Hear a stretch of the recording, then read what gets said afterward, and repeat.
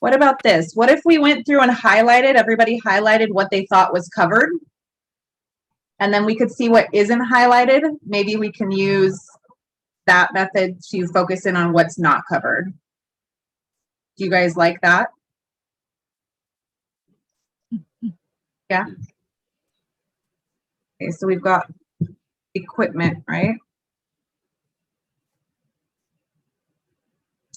Do you guys consider co-ops processing and distribution facilities, or is that something that we should add in separately?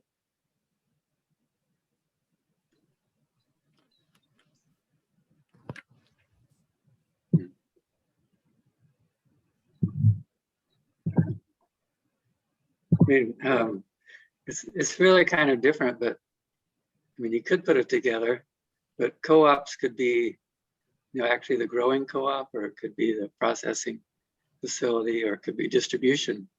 Mm-hmm. So it's really a different thing. Okay. Depending on what your goal is or purpose. Yeah. Yeah, there's a lot of different kinds of co-ops, but if you're specifically talking about, now where did that go? If you're talking about equipment co-ops, then that's like, yeah, a certain type of thing that's covered under equipment.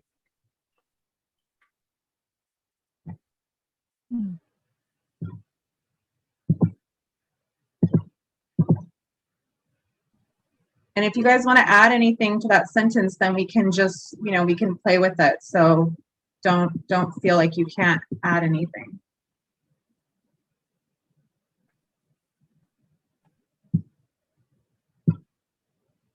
Just real quick, Jennifer, I know you're sharing, it looks like you're sharing screen right now. Do you want to be sharing where you're highlighting, or, because I'm not seeing that document that you're highlighting right now. I'm just seeing the other one that you had first put up.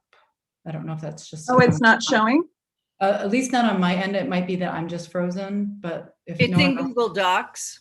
Yeah. It's not on her screen. It's in Google Yep. Docs. You can follow along. Yep, I saw. I just wasn't sure if some people who are on their phone don't have access to Google Docs. If they wanted to see, if you wanted to show it, if you were screen sharing and you were thinking you were screen sharing that. I was thinking I was screen sharing. It says I am.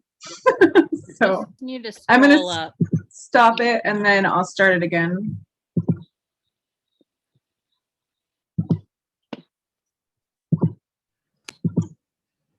Is that better? Yes. Okay. Thank you for letting me know that.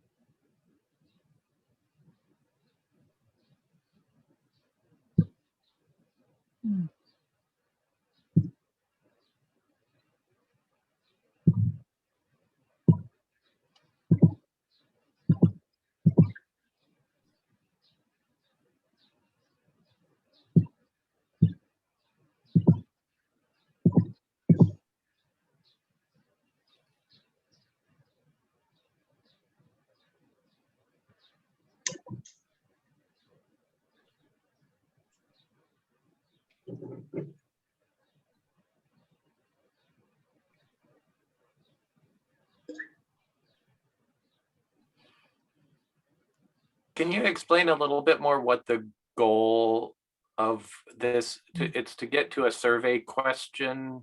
Yeah, so basically we want to make sure that we're hitting all of the areas of concern, the needs and things when we start writing the legislation. So getting that language more condensed so that we can put it into a survey to make sure that we are hitting those.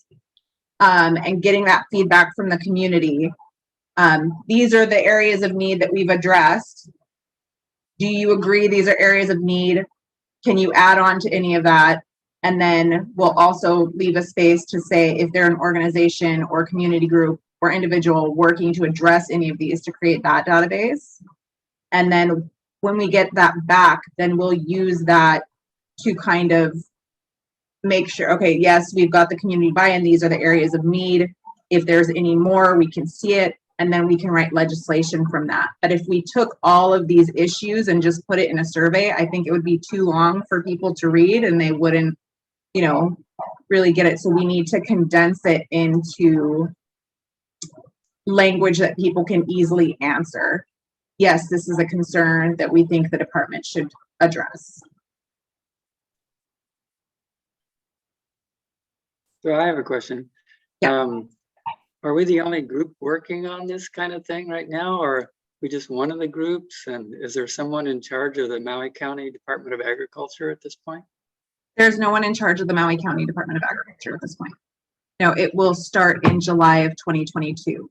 So this is us as community members leading the way, telling them this is what we want to see with the department. This is what the community says is needed. And then, you know, kind of giving that information to them so that when they go in, they're not like, you know, blindsided. It won't take them a long time to scale up. They can say, okay, this is what they want. They've done the work for us. They've presented the pathways that we need to follow to address the issues, and they can start working on it rather than them just going in 2022 and starting to get started. Yeah. And when Okay, well, that's good. As far as who ends up in charge of the Maui County Department of Agriculture, is that an elected positions or appointed, or? It would be appointed. So the director and deputy director will be appointed by the mayor and approved by the county council. Okay. What we still have to do in the legislation is to further define any qualification, any additional qualifications that the community wants to see out of those two positions. So we will get to that point to do that too, and make sure that's, you know, we get the community feedback in with that. But I just wanted to start with the additional the areas of need, because that's what's going to take the longest to really whittle down.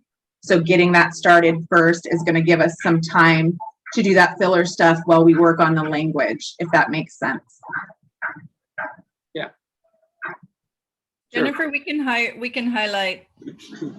Yes, farm labor highlight housing. away. You already added in the farm labor housing. Mm-hmm. We can highlight that. That's taken care of. Included. I think commercial kitchens would be an important one to put in there. There's a lot of people who aren't farmers out in the community who could and do want to use, like canoe clubs and different clubs and organizations that do fundraisers or concession stands or something. They need to have a commercial kitchen to work out of. So we'd get that vote from that group. I think equipment is covered. There's mention of technology in there a few times. Do we want to add in working to increase community co-ops, technological advances?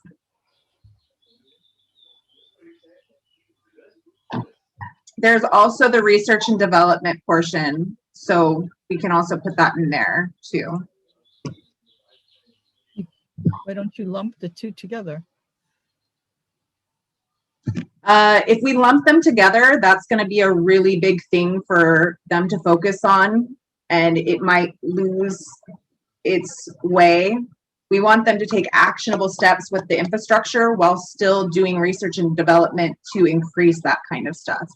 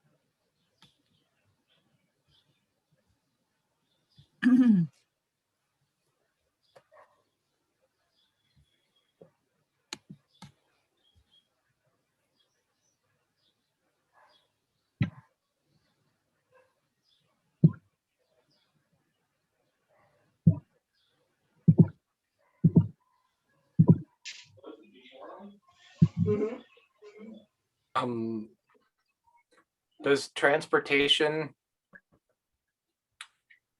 fall within this that maybe isn't covered in the short description? Increased transportation. Yeah, like transportation to markets. I see a couple things in here that are relate to transportation, but that doesn't seem to be.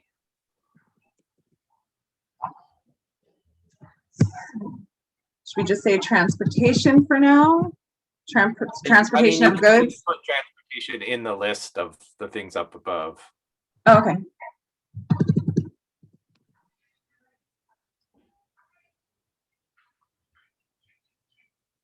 And transportation.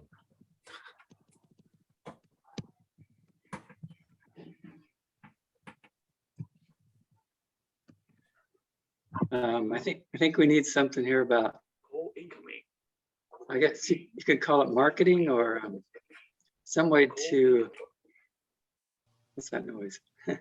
Some way to get people to buy into the local food movement. I find a lot of times that we have a lot of produce to offer, but not enough market to take it. And there's so many hurdles. We do have other markets and distribution section and data collection and distribution. Do you think those would fit better under those or under infrastructure? Oh, yeah. Okay. No, that's fine. Yeah.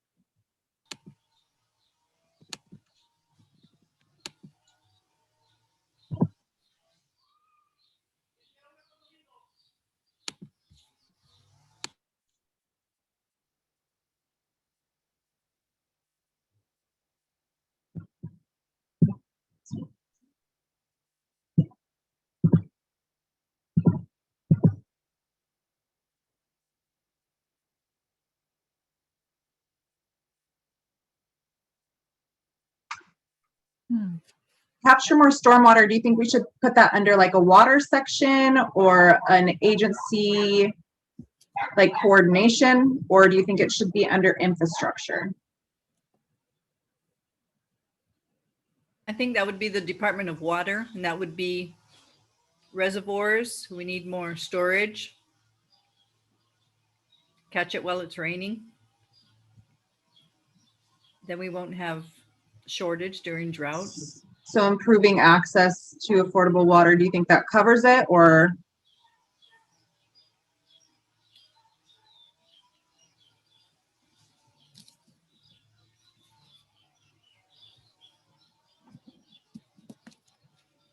Yeah, I mean, I think it does.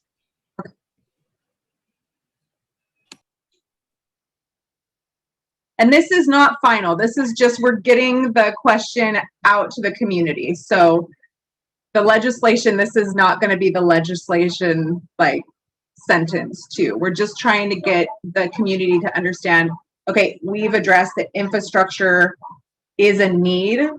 Is that something you see the Department of Agriculture managing and working on, you know, and this is kind of some examples of what that would entail. Wouldn't it be a joint partnership with Department of Ag and Department of Water? It would be, yeah, but do we want Department of Ag to be part of that? Is that something that they would address?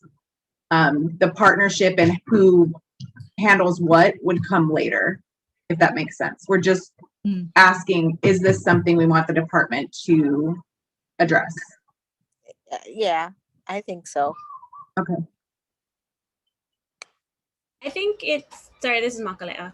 I think it even though it overlaps with different departments, I would really love to see like that reservoir in there, because right now we treat it like, and ugly stepchild. Like nobody knows what to do with them, and they're just kind of there, and they're kind of in state purview because they need seaworm permit. So I think if we have it in here, there's an actual department that is tasked with dealing with it just for specifically agriculture purposes, because the Department of Water Supply is mostly for drinking water. And so I like the idea of making that up front and center, and we include the reservoirs in here. So maybe if we put water, we can put reservoirs. Storage. We need to increase water storage. Storage, They're afraid of the word reservoir. Capture. meters. Do we want meters in there? Do we need to define that, like the water? Or, like, do we need to get more detailed about water and say storage meters, delivery systems, that kind of stuff? Yeah, I definitely. think what you delivery gotta do is label it as ag water. Because Well- we have one big ag water line that coming from Waikomoe, coming over all the way to my place, and it goes nowhere after that.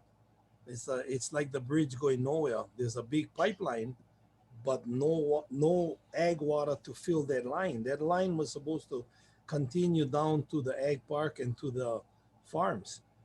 And the two directors prior ago, when they were asked, they said, "Yeah, we get federal funding to build a line, but no water to put in it."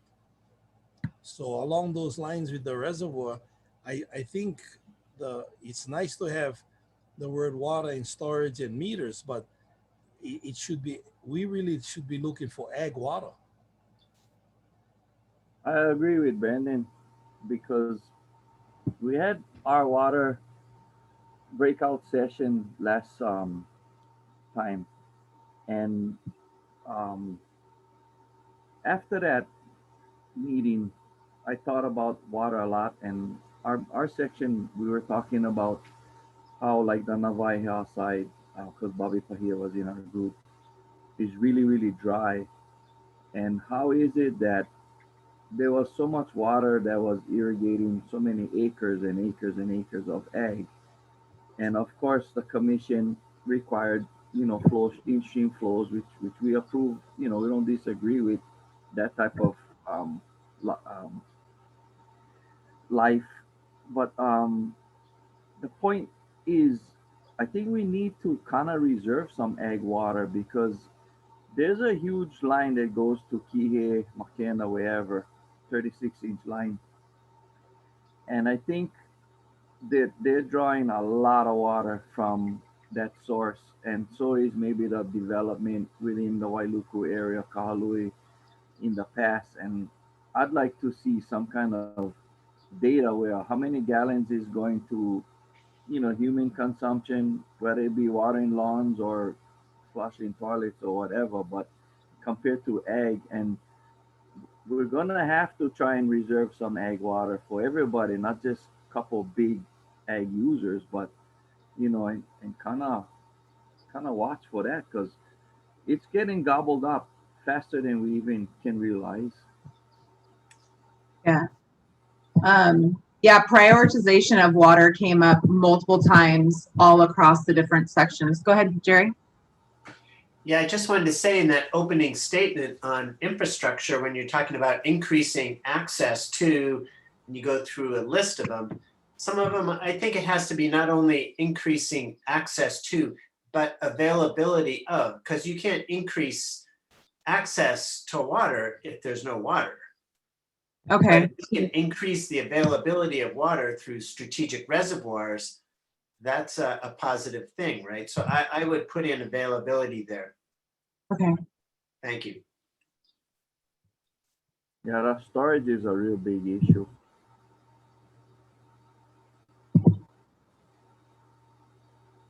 Brandon, I you agree can with offer to ag dig the water. hole. Add what? Sorry, what? I agree with being specific and calling it agricultural water. We have plenty residential water.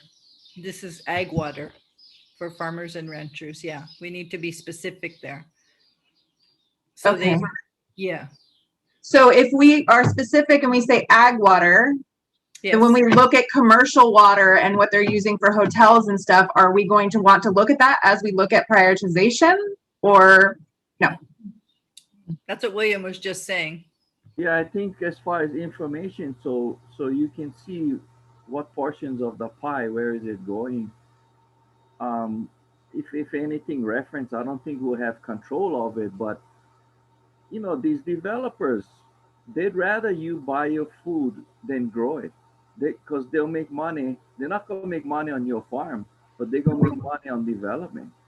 Yeah. So we kind of have a little silent I don't know what word to use, but I'll just not use any words. But you know what I mean? But there's more people in the pond. Yeah. So if we say ag water, then they would only be able to focus on ag water. Whereas if we focus on water in general, they can take a look at the whole water system. Yeah, true. Which would we prefer?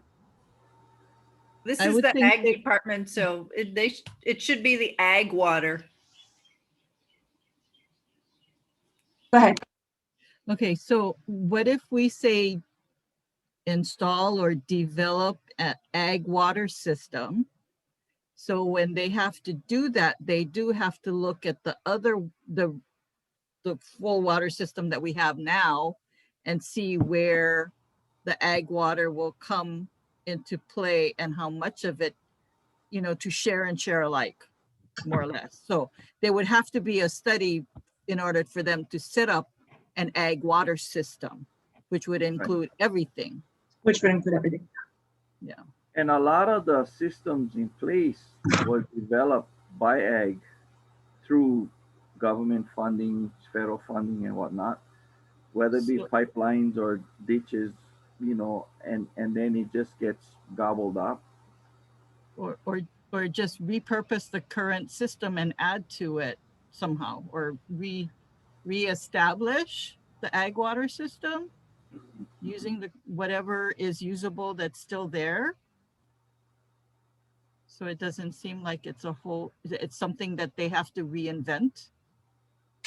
I like keeping it as is, just water in general. I mean, we are formulating the Department of Agriculture, so I think it's implied that it's ag water, but there's also other ways to get water for agriculture purposes, including using municipal water. Like you can set up a group of 14 people and use county water and get ag rates. Like there's different pathways there. So I think if we keep it general and list storage and capacity and all that other stuff, I think we cover what everybody's trying to get at. Yeah, I agree. Is everybody okay with that? Keeping it broad, and then, as the department needs to prioritize it and things, then can be classified how it's classified. Okay. Are we seeing anything else that we needed to add into that, or can we go to the next section? How are you guys feeling about it?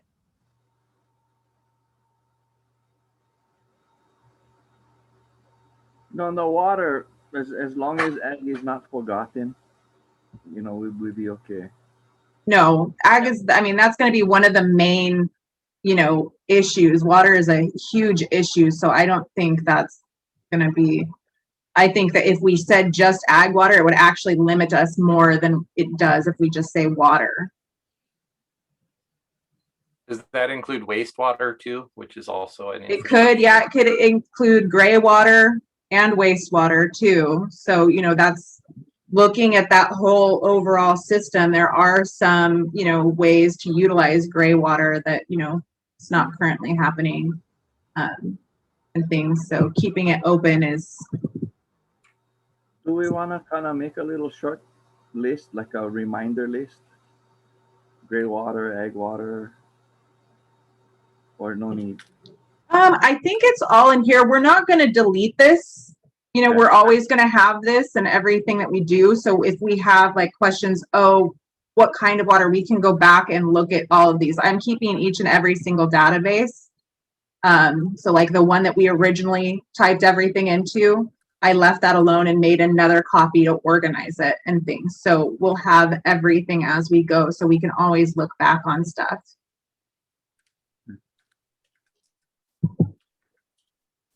Okay, so, Yeah, let's move on. okay, so let's look at funding.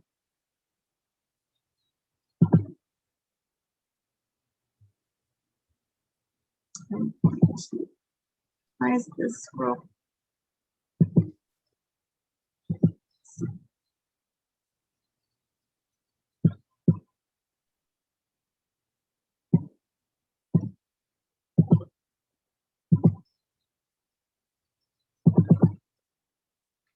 Funding. So originally it said secure federal and state funding, provide grants to ag-related businesses in Maui County, provide grant writing assistance to ag-related businesses.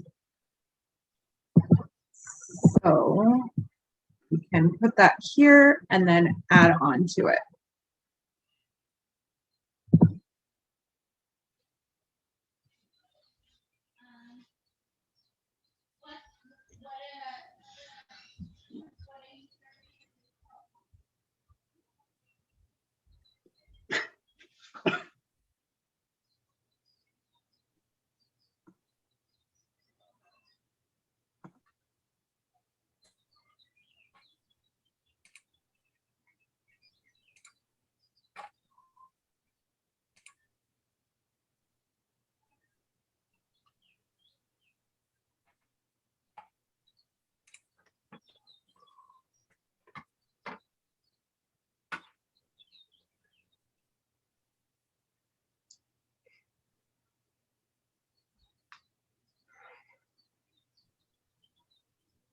Does anybody see anything else that we could add on to that sentence to make it more comprehensive, or is that sufficient?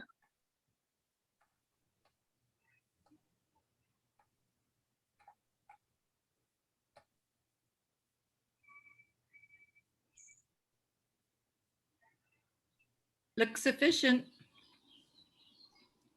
Is there funding from the county as well, or just state and federal? Oh, yeah. Well, the department wouldn't necessarily secure, I guess, I mean, you could say secure it from the county, but that would just be in budget proposals every year. Or we could say develop, special funds if we wanted to see the county specifically have money set aside for agriculture in funding. Should be a little bit in the budget. I mean, if everybody's, every department has some county budget money. Yeah, I would see that that would be something you would want the Department of Agriculture to basically champion, that there's always some funding in the county budget to help agriculture. I mean, I think the MEO micro grants this year or last year were great. And it looks as though the administration has gotten the message, because they've actually taken some of the Visitors Bureau money and repurposed that this year as well towards agriculture. And that could be something that would be part and parcel of what the Department of Agriculture should be doing, is basically lobbying on behalf of those of us that are farmers and ranchers here to make sure that there's some money in the budget to help us grow more food for people that live here. Right now, there is a lot of kind of options with what the council is putting into the budget. There was line items, and they're sort of combining it into one big pot that people can apply for money under OED for agricultural programs. But it seems like that basically those grant funds should be under the Department of Agriculture once it's established. So Yeah, that county funding would be like coordinated and distributed through the Department of Ag instead of through OED. okay, so provide grants and funding.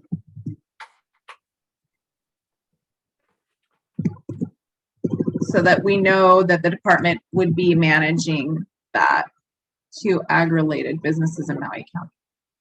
I put in develop special funds and revolving funds, so that way we can have a special fund, but then the department can also work to set up revolving funds to where as they put money back and invest in the community, as that's paid back, it can go back in to help other people too.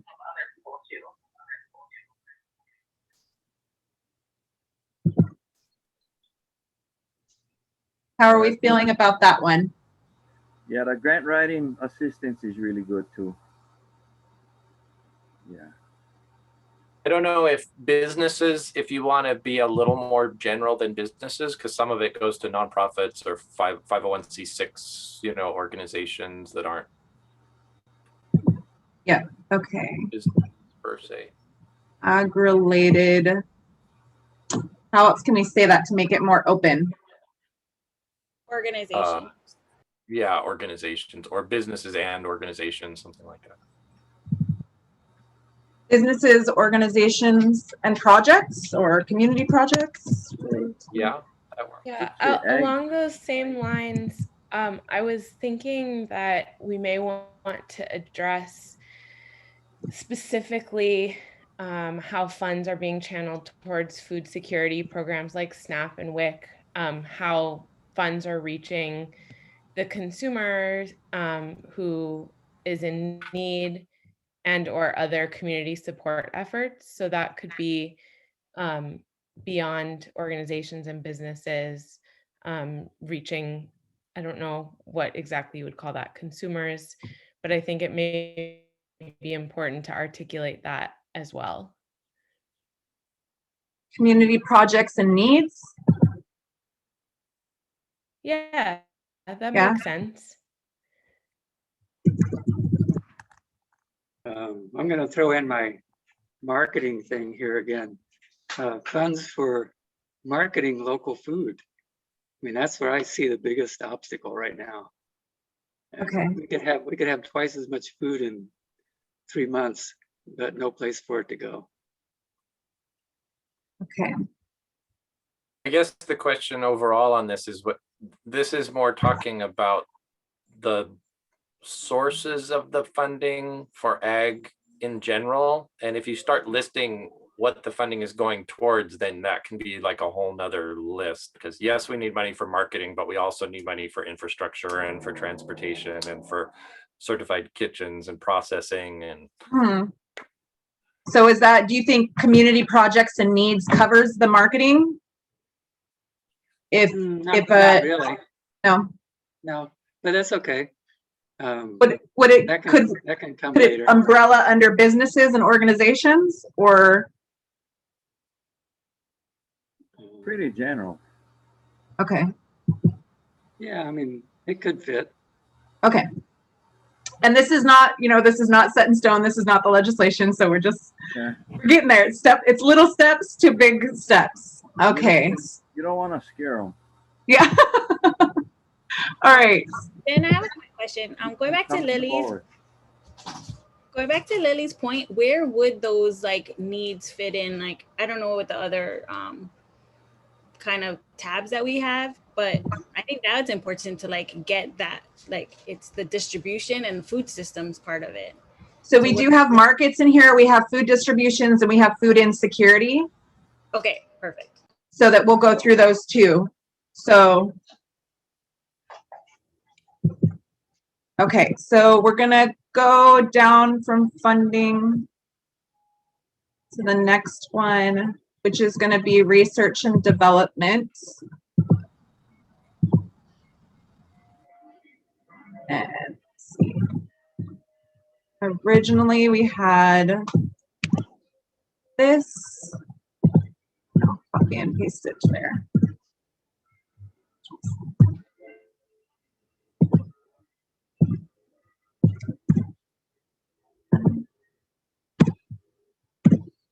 Okay. Assist other divisions by providing new and up-to-date information that will promote sustainable growth in our agricultural sector, while also obtaining feedback from the subdivisions to develop new solutions to issues that arise. So basically, as the department grows, there'll be divisions within the department that handle different things. So the research and development department would be taking that information, that feedback from them, coming up with ways to address it, and then providing that information to have actionable steps. But we can change this, reword it, do whatever we need to do.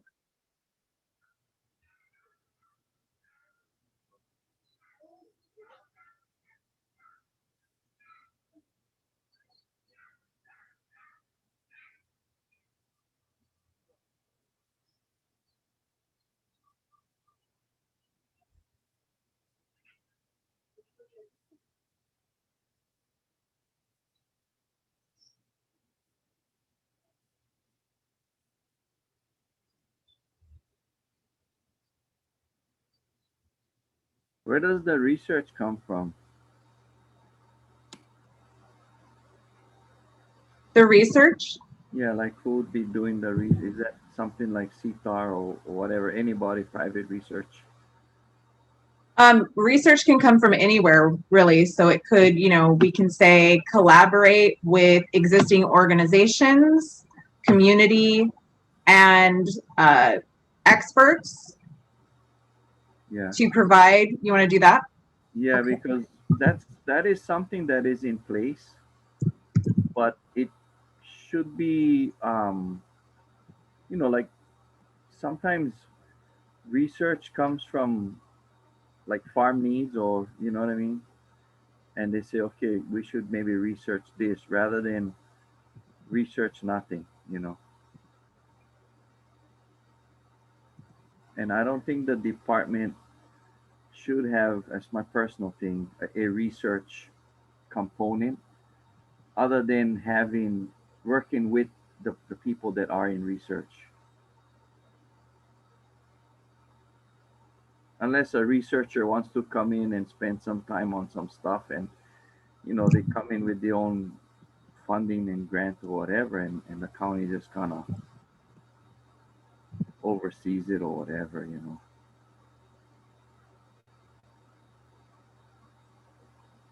Because this is one thing that we pretty much have in place.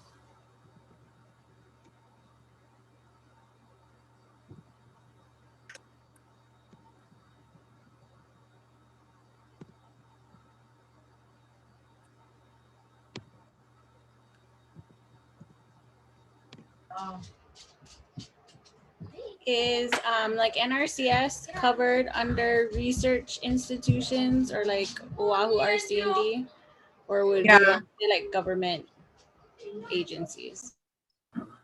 They don't do too much research. It's more farm assistance. They have a lot of research programs like they deliver funding for research. So Yeah, 'cause I see them more as like projects. I just haven't seen NRCS do research here, and maybe they are. I just haven't seen it.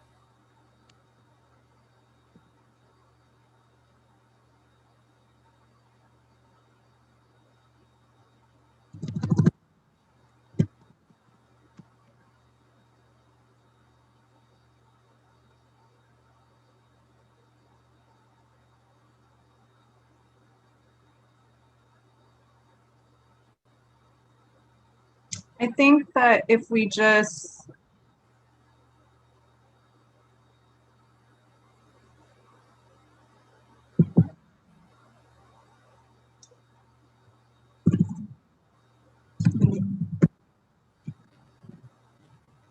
William, did you read the chat? Briefly, you're not good at this stuff. I think we have many organizations that collect data already, state and county level. Yeah. I don't think we need to duplicate that again. I would beg to differ. I don't think that we're duplicating so much as we're expanding research and development. So those agencies are going to have their hands full with researching. A lot of them are already overextended. So adding another layer of research and development, especially for how the department itself functions and what we fund and the plans, I think is really, really necessary. I think it's one of the most necessary things for the department. Otherwise, you have departments constantly not knowing which direction to go. If you're getting the feedback from the community, you're collaborating with these agencies, you're always going to have projects that need to be researched and developed. And then you have places like UHC-TAR that are looking into plant health and very specific things. But as a department, you need a research and development section, I think. That's my personal opinion, but. Okay, I heard a clarification in your, I heard a clarification there that said this research and development people would be doing the research for this department's Kuleana. Yes. Not collecting more of the same stuff that everybody else is doing collecting. Okay. Okay. Thank you. How is that new?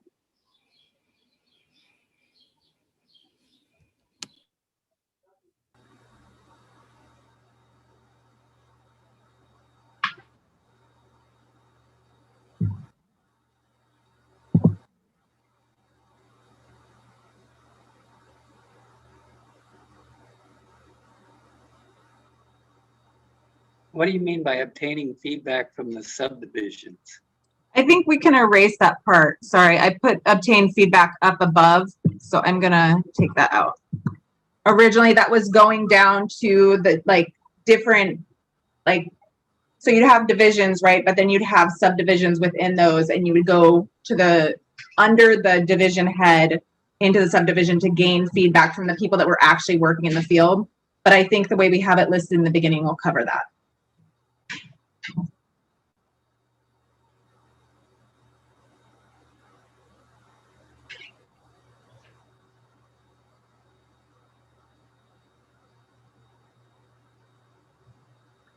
So I'm assuming a person may wear several hats. I think in the beginning, for sure. Oh yeah, definitely. Yeah. And then one person with 10 hats, you never know what they're going to give us. Yeah. But the more, the more we have laid out to where they can see there's a clear need and a clear direction, the better chance we have of getting people in to fill those spots, because they're like, okay, yes, we see that there's a need. This is a clear job, or this could be this many jobs. And then it will help really get that department where it needs to be. Mm-hmm. This could be 1 or 2 people, or it could be 15 to 20 as the department grows. It's just depending on how big the scale is at the time. But starting is going to probably be very small. Yeah.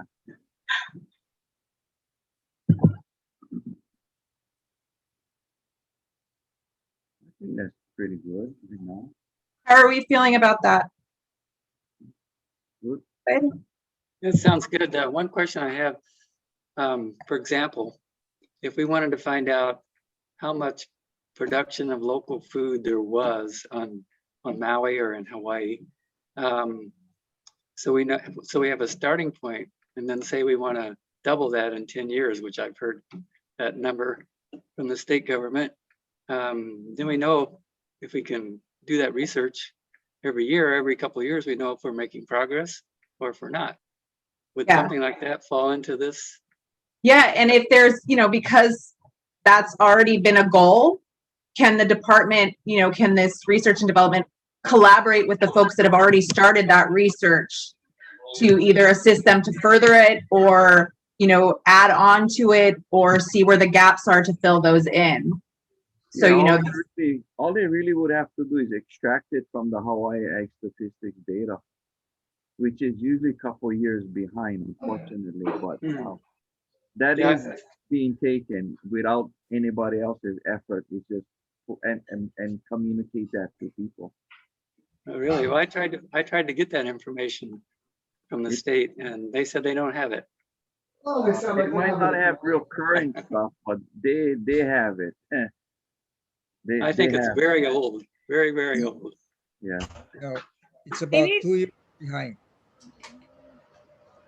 It's about how many years behind? Sorry? 2 years behind. Okay.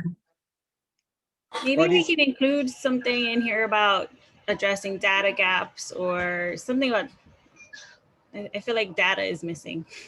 We have a portion for data specifically. Ew. Do we want to put that under research and development? I can pull that. So originally it was, Yes, I think it would be good to add that. okay, Otherwise, we don't know if we're swimming upstream or downstream. yes. Yeah, take it either next to it or with it.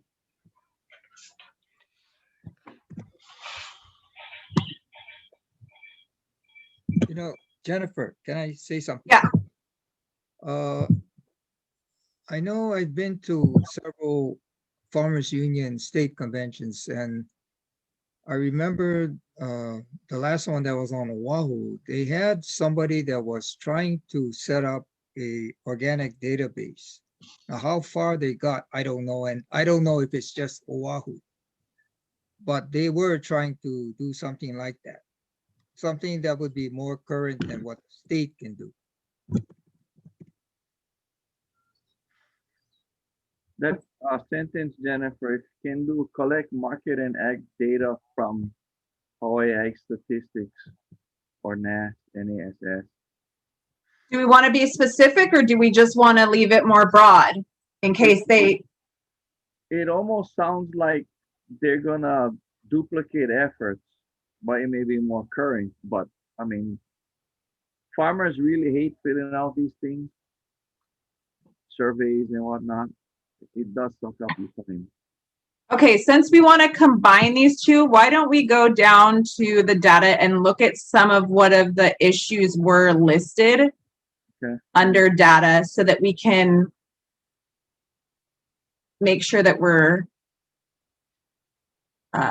covering everything so that we can combine them. As you scroll down, I think like adding the word like data gaps, so you're not duplicating, you're just identifying, like all that that's stuff. a good word. Okay, so in data there was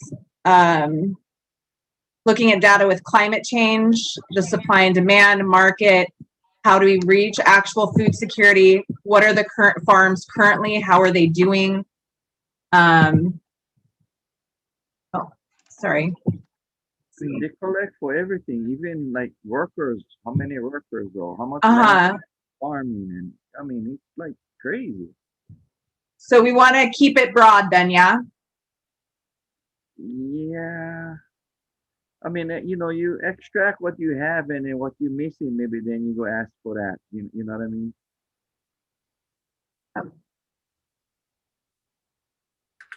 Okay, so how do we want to write that? Collect available market and ag data, maybe, or something like that.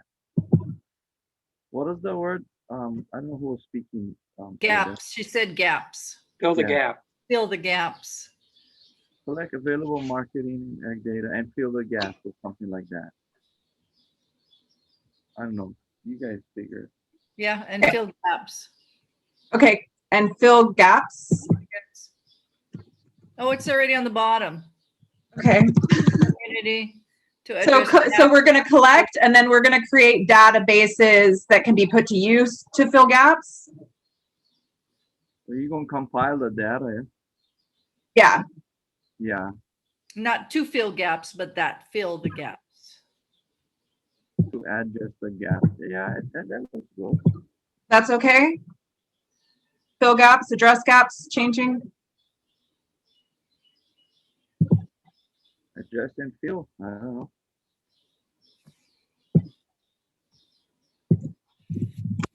Okay. Good. We good with that? Yes. Yeah. Okay. I'm comfortable. Sorry, you guys. I hope this isn't too painful. We're getting there, though. No, this is good. Okay.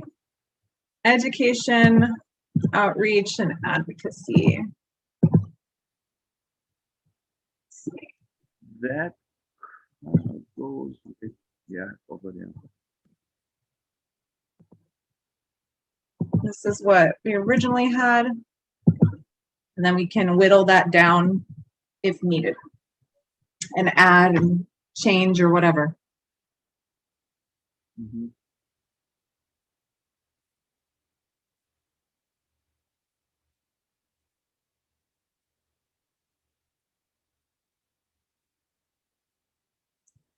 Should we say hands-on assistant to the ag sector instead of just farmers? Yeah, Yeah. broad. Yes.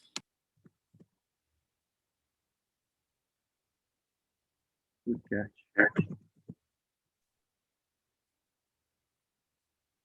So if we're going to be providing support for educational programs and teaching in the schools, are we taking this away from OED? Is that coming away from the OED office, or are we going to duplicate that program? Providing support for ag programs would probably get transferred over to Department of Ag. Good. I just wanted to flag that, yes, so all of the programs should get transferred over and help, but the actual ag coordinator is codified in our charter or ordinance or something. So that has to be moved by ordinance. Okay. Can we find out, can you find out if it's in the charter or the code? If it's the code, it shouldn't be too hard. If it's the charter, we have to wait till the next election. Yeah, I can find out. Okay. It might be a charter. Okay. Yeah, I'll find out. Okay, thank you so much. I'm not sure if it fits here, but what about buyers at businesses like restaurants, stores? Does that fit Okay. into this? Or is this just focusing on the farmer? I Education. think education can be to agriculture.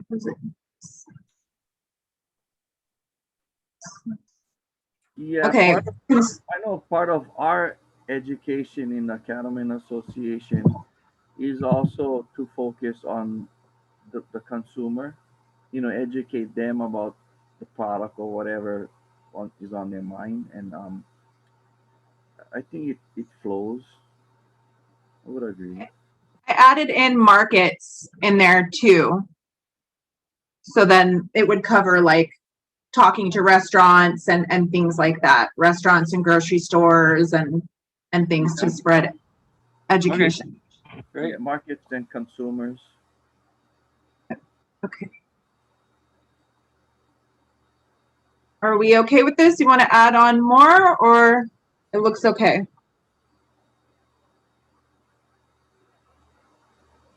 We have it in there.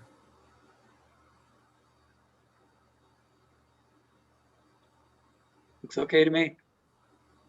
Yeah. Good. Okay. We'll go to the next one.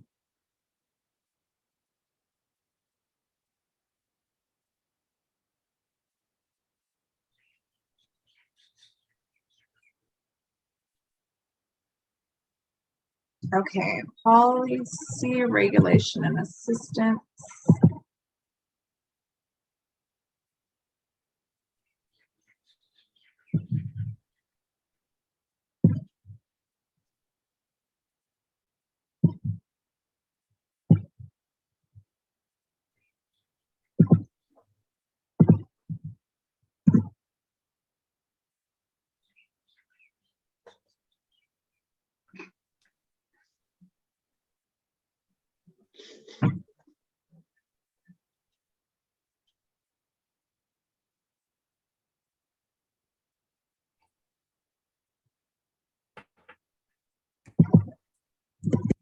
I'm not really sure what that all means. So providing assistance to the community with county, state, federal, and Department of Health regulations and permitting. So where there's issues or negative unintended consequences, this portion of it would make sure that the department had to address those concerns and provide assistance. So even to the point of lobbying on behalf of the community for change and exemptions if needed.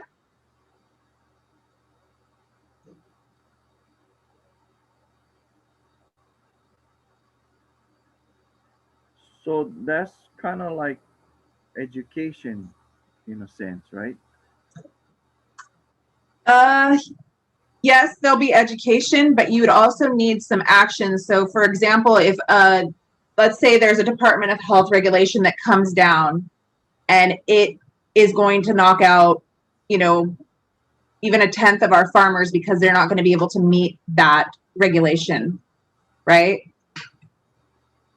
Then the department would have to go out and say, okay, why are we not able to meet this? Is this something that we can get an exemption for? And then go to whoever created the regulation and lobby on behalf of Maui County and say, this does not work for our specific area.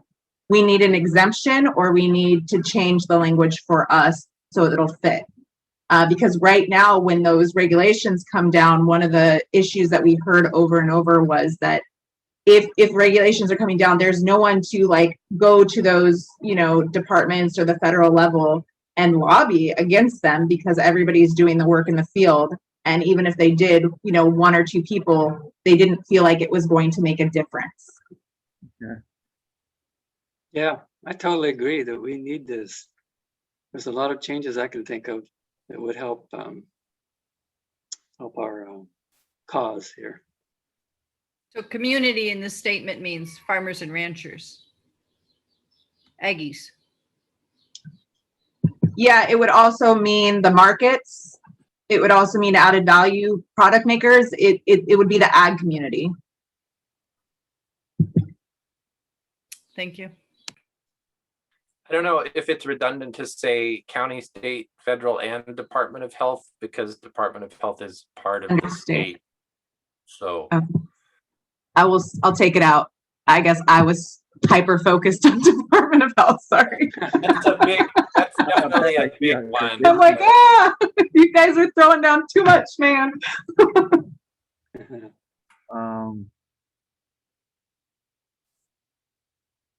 So county, state, and federal permitting, is that what you're saying? Federal regulations and permitting. Okay. It sounds also like there's an element of advocacy beyond just assistance, like if you're talking about lobbying.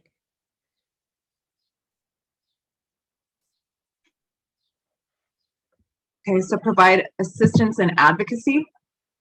I'm not sure. Or provide advocacy and assistance, or oh, you're cutting out. Is that more on the second sentence to say Sorry. and lobby and advocate on behalf of the agricultural community? I mean, one side is saying you want to help the ag community work their way through existing regulations and permitting, and then the second sentence is the lobbying and advocacy to change those regulations or exempt if needed. Yeah, because you want to lobby in favor, of ag. Yeah, you want to advocate on behalf of the community, their needs. Did that change it? Sorry. Review regulations with negative consequences to the ag system and lobby. Yeah. Great. Yeah. Okay. Sorry. I was also very focused on the Department of Health in the first sentence. So I'm with you. I missed the second half. Sorry. Does it need to say negative consequences? Because like maybe like Uncle just said, there could be things we want to review. There could be things we want, positive things we want to advocate for, or something that maybe not necessarily based on negative consequences, but just we come up with an idea of, you know, regulations that would be helpful or something that. Okay, so just review regulations. Yeah, with consequences to the ag system. Like maybe don't need negative. I like keeping it positive.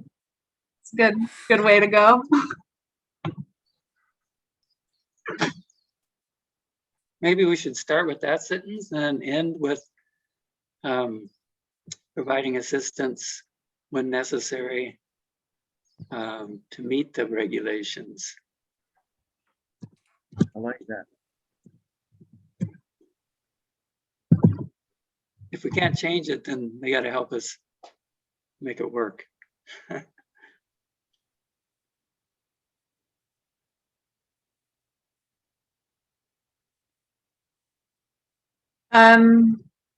How's everyone feeling on this?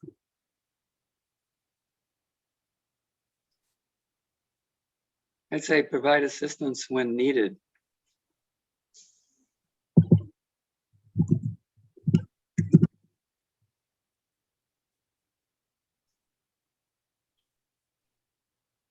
Maybe provide assistance to the community when needed. Picky. I don't know if we could keep the word lobby in there. That's a touchy subject. So Well, is to advocation a more- survey to the community, I think it's okay, yeah. And then we would have to find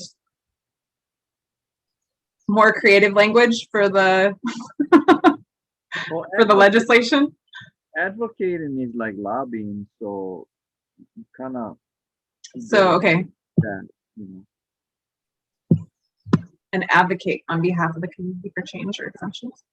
Yeah. 'cause Yeah, Yeah. that's broad advocating enough, I think, that it is covers like lobbying. Yeah, Cool. without upsetting people on that. I know what she means because some people see lobby and get all freaked out. Like, Yeah, that's true. yeah. Awesome. You guys are killing this. I just want to, No, thank you for doing this and spending the time with us here. You know, Okay. and this is one of the things that the Department of Agriculture, I think a bunch of us would have hoped that this is what the Department of Agriculture does, that it acts as a shield and to help us in agriculture so we don't get trampled by regulations at the county level, because individually we don't have the time or the expertise to battle this. So if we have a resource that works on our behalf at the county level, that's gold. yeah. I think between this and the research and development, if we can get that at the department, that's going to be a lot of help, because that's going to be doing, you know, like them going out, getting the information, collecting it, seeing where the negative consequences is, seeing where the gaps are, and then finding ways to address it. So they become their own, you know, You gotta own it. information seekers, you know, Solution seeker. solution-oriented department. Yeah, that's what we really, really need, is we need, you know, go-getters in there. Totally. And I think part of the reason some people may have been fearful of this department is that it was going to be more regulations, like we need another department putting more regulations on it. And so but the purpose really is to like help to navigate the regulations of all the other departments, not to make additional regulations. Correct. Yeah. Exactly. Yeah.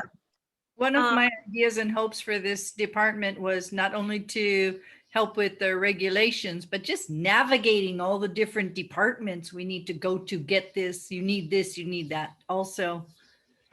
So on that topic, do we want to create a streamlined permitting process through the Department of Agriculture in this area? Yeah. Good spot. It's on the regulations is part of it. Yeah. And everybody share the same forms. They're the same county. Good grief.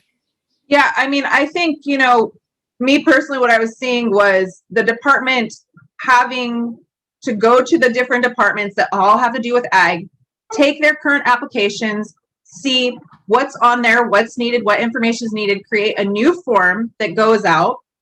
The department makes and checks everything, does the inspections, and then the department takes and distributes that to the other departments so that they can go on with their business. So the ag people are only having to deal with one department, but that information is still being dispersed and inspected by qualified people. That's what we've been advocating for about 3 years now. And So do we want to add that in here? Create a streamlined permitting process? Yes, please. Sure.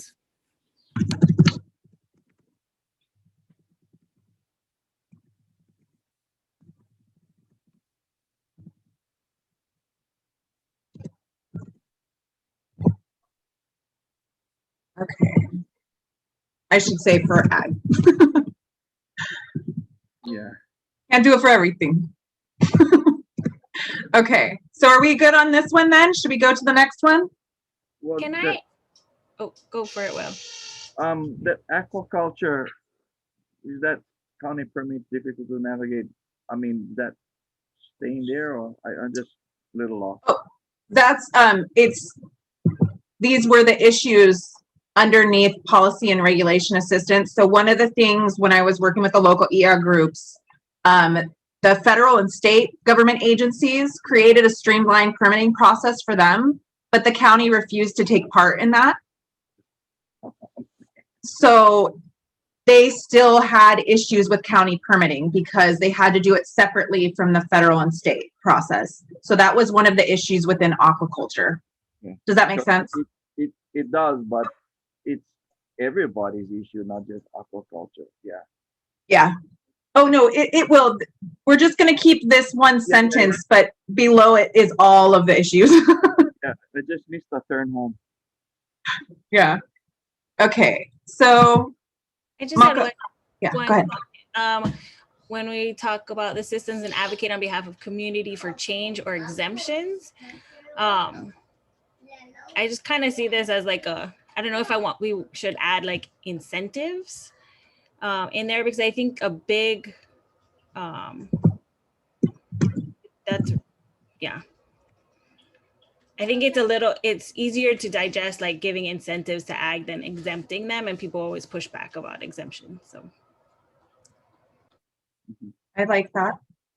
Yeah, if they're going to create barriers, they need to provide solutions to overcome those barriers. Yeah. Yes, solutions. So should we take out exemptions? I don't know. I mean, I think exemptions sometimes are good. it has its place. I Mhm. I agree with her. I don't like people always looking for exemptions. Somebody's got to pay the bills and cover it. But like exemptions to property tax, for example, is real important because you cannot afford the highest and best use tax on ag land. So that sense exemption is good, but like I say, I do not like taking advantage of you know exemption or incentive. Yeah, no incentive. Anyway, my take. It has its place, but it shouldn't be abused. Well, Great. How are we feeling? Yeah, looks Would- good. Good? I had a question. Yep. Would this also be the place that the Department of Agriculture would actually be able to help with enforcement of county regulations, so that they would help the county when they're trying to determine who is doing bona fide agriculture or not? There is another section for enforcement and inspections. Okay, great. Thank you. Are those people called inspectors? We can call them whatever we want, but the section was just called enforcement and inspections or inspections and enforcement. So we can word it however we want, but yeah. Okay. Okay. Guys, just checking, same guys. All right. Okay, going to the next.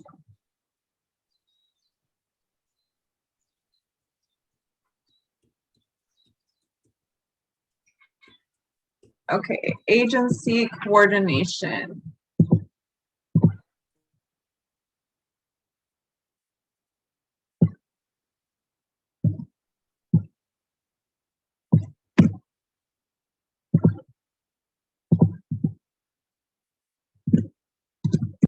Okay, so this is what we originally had. Sorry.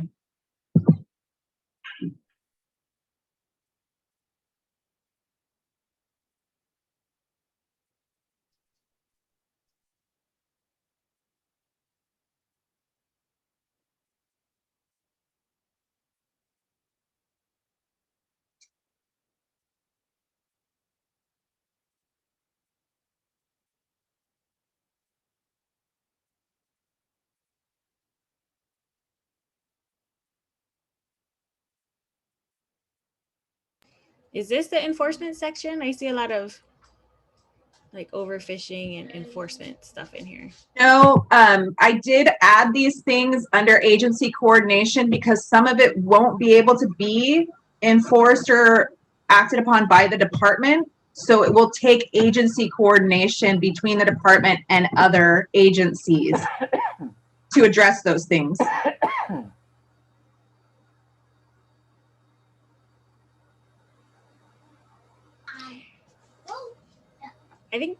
I would take out actors or organizations in the agriculture sector. I think it should just be broad because it will overlap with many different government agencies. Okay, I like that.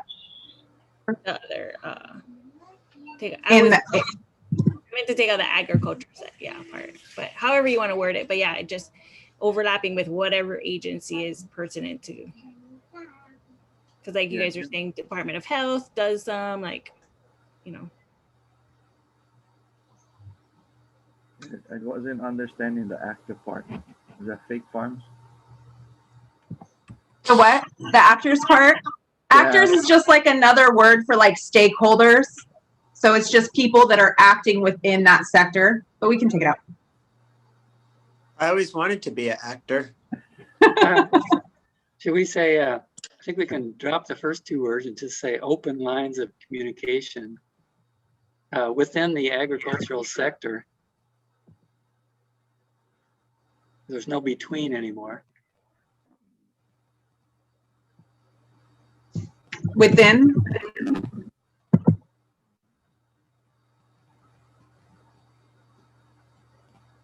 Yeah, looks good.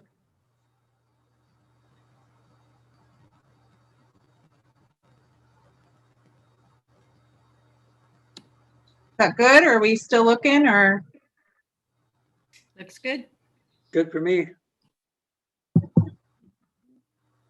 All right.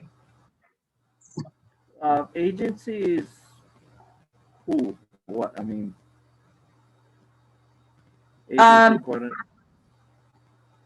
So agency can be like any group, organization, business, government entity. Those are all agencies, yeah. Okay.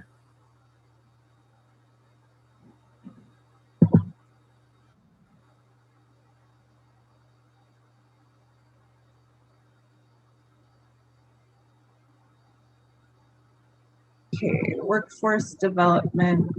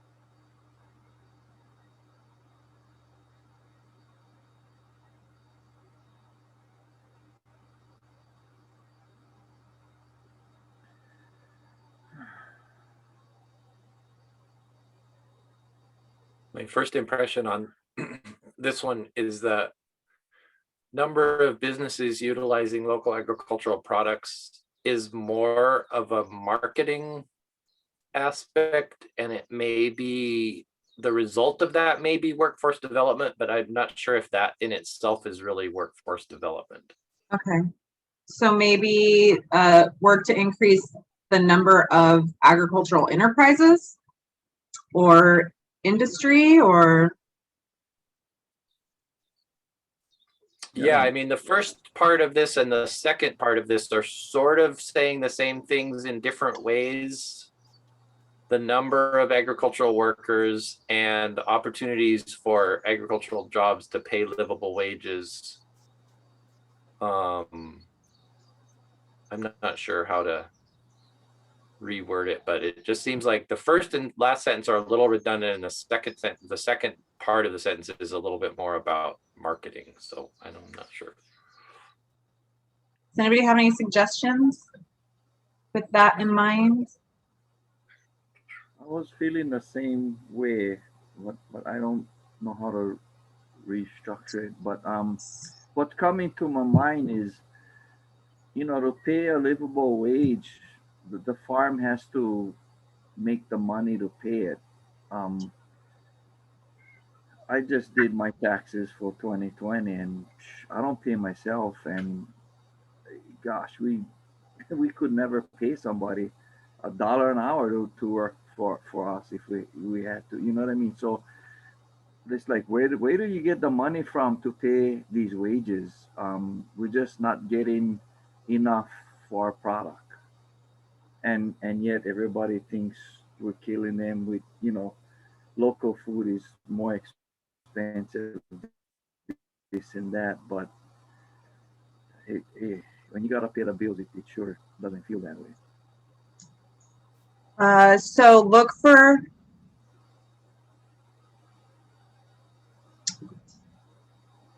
support. I'm like, what I was thinking with workforce development is one of the things, like, related to the decline in farm labor is that a lot of people don't want to go into agriculture because it's not paying livable wages, right? So we're seeing that decrease in farm labor. So how can we support workforce development? How can we support our farms so that we can provide more opportunities to pay livable wages?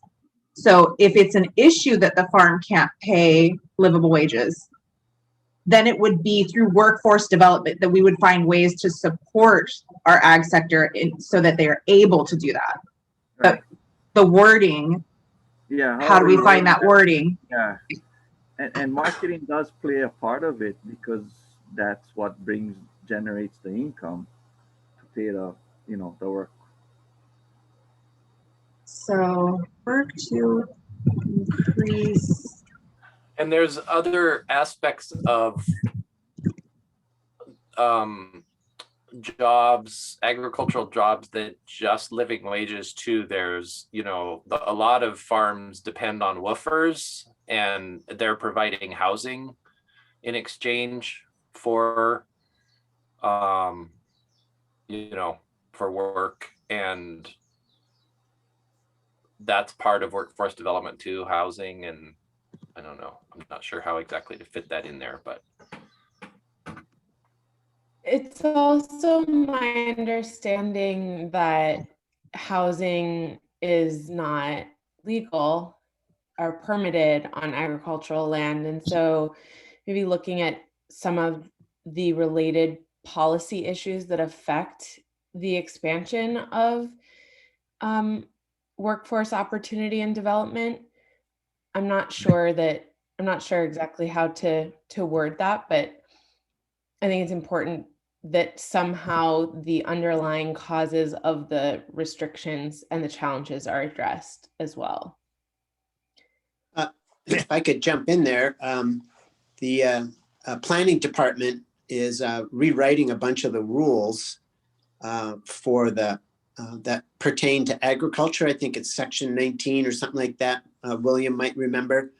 But one of the things that they are changing is allowing for more housing for employees, and the employees actually include interns and apprentices. So they specifically put that wording in there because the Ag Working Group, we'd ask them to try to come up with something that would work for the planning department, but would also work for those of us who rely on woofers and interns and apprentices to make the buildings that they live in permittable and allowable on agricultural land. And so that is actually in the mill, I believe, as soon as those regulations, the code gets modified, that's going to be there, which is a huge jump forward in terms of providing legal residences for woofers, interns, work trade people, apprentices, you name it. It's a really positive thing for Maui County in the context of workforce development. That's awesome. Good to hear.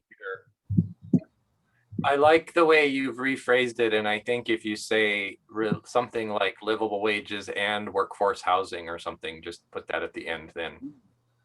And provide, to pay livable wages and provide workforce housing, or something along those lines then. Compensate. You know, back in the days, that's kind of how the ranches was. They all had housing for their employees, and something to remember on Jerry's note is we've had some pushback saying or trying to say that only the worker can live in the house, not the family or the kids or whatever, which is nuts. Yeah, so that's there's crazy. something to watch for. Okay. Well, I mean, this is good, but I think the housing would be part of the wages. Yeah. You know what I mean? I mean, you wouldn't have to pay $15 an hour plus housing, but Okay. if the total came to a living situation, then you'd be good. So Maybe- taking out of No, no, provide leave how. that. Leave that it. Yeah, and say maybe provide. Oh shoot, I lost the word. Provide compensated or whatever. You know what I mean? Like what Okay. The, Or the- just For To some, compensate for some related farmers, jobs and be able to compensate with wages through and housing. Yeah. to compensate. To pay a wage and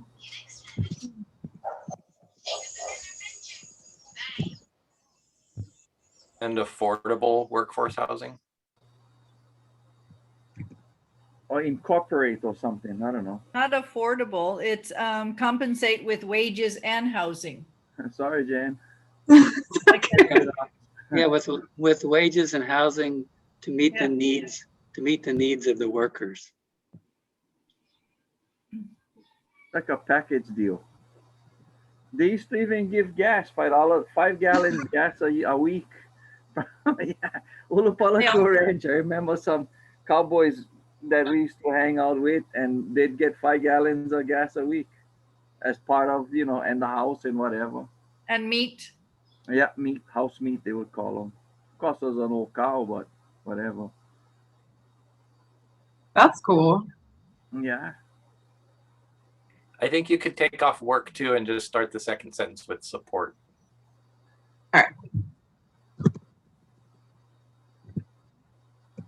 I'm sorry, but I don't really like the idea of saying that the workers get paid with housing. Like, I think people should be able to get paid and have affordable housing options. And if that's on ag land, then I put in the chat, develop pathways for ag-related workforce housing. But I don't think we should limit that. I don't know. I don't think we should. Okay, so livable wages and I develop. I agree with that.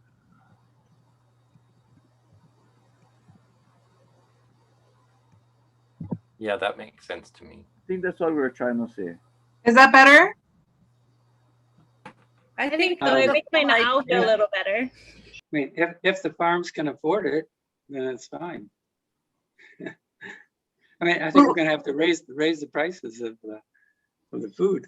Or we can find ways to develop the workforce, those things for the workforce to increase our workforce. Are we looking at grants? Are we looking at infrastructure? The workforce development this is the goal of the workforce development, right? So how we get there is going to be part of the research. But what do we want from workforce development?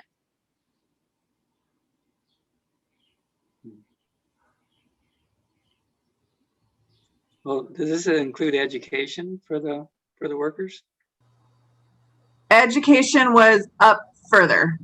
That's a different one. But I wonder if like skills training Okay. specifically within workforce development, kind of skills Let's do training, that. education related to skills training may be an important piece of this. Occupational work skills program, they have Yeah. that. That's more specific than just general agriculture.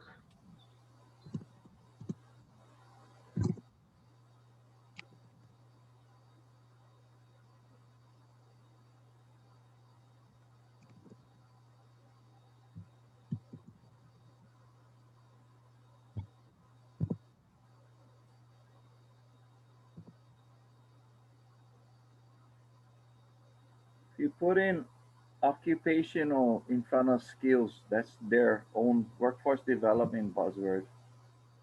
Mhm. They have a program like that, but it's nice to state it and utilize it.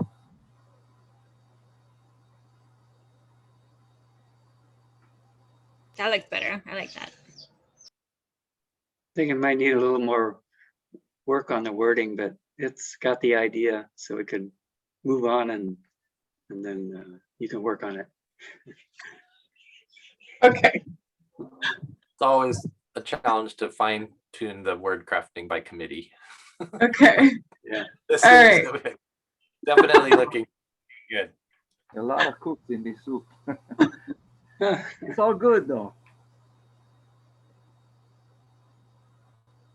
Okay. Data we covered already, right? So we're gonna scroll past that one. Okay. Invasive pets, threats. Let's see.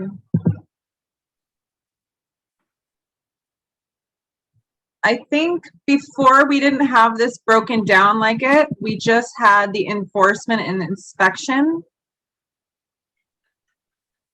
So I can put that in here and then maybe we can look at those two sections together. Let's see. How's that sound? Jennifer, Yes. you know, the inspection is only a state job. It's not a county job because the airports and the harbors are under the state government. Correct. Yes. But working through a department, you could collaborate with the state, Well, right? what they lack is funding. They don't have funding. Yeah, they would like to have more inspectors. They don't have funding. So And is that something that we could lobby for more funding, or is that, could we, the Department of Ag at the county level, write a grant for more inspection for invasive species and then do a collaboration to provide more jobs? Well, MIST, which does most of our invasive species work, they're funded by the government, county. I mean, But MISC and is all the budget keeps going up every year. Yes, but they're trying to do eradication once it's kind of already out there. We need prevention, right?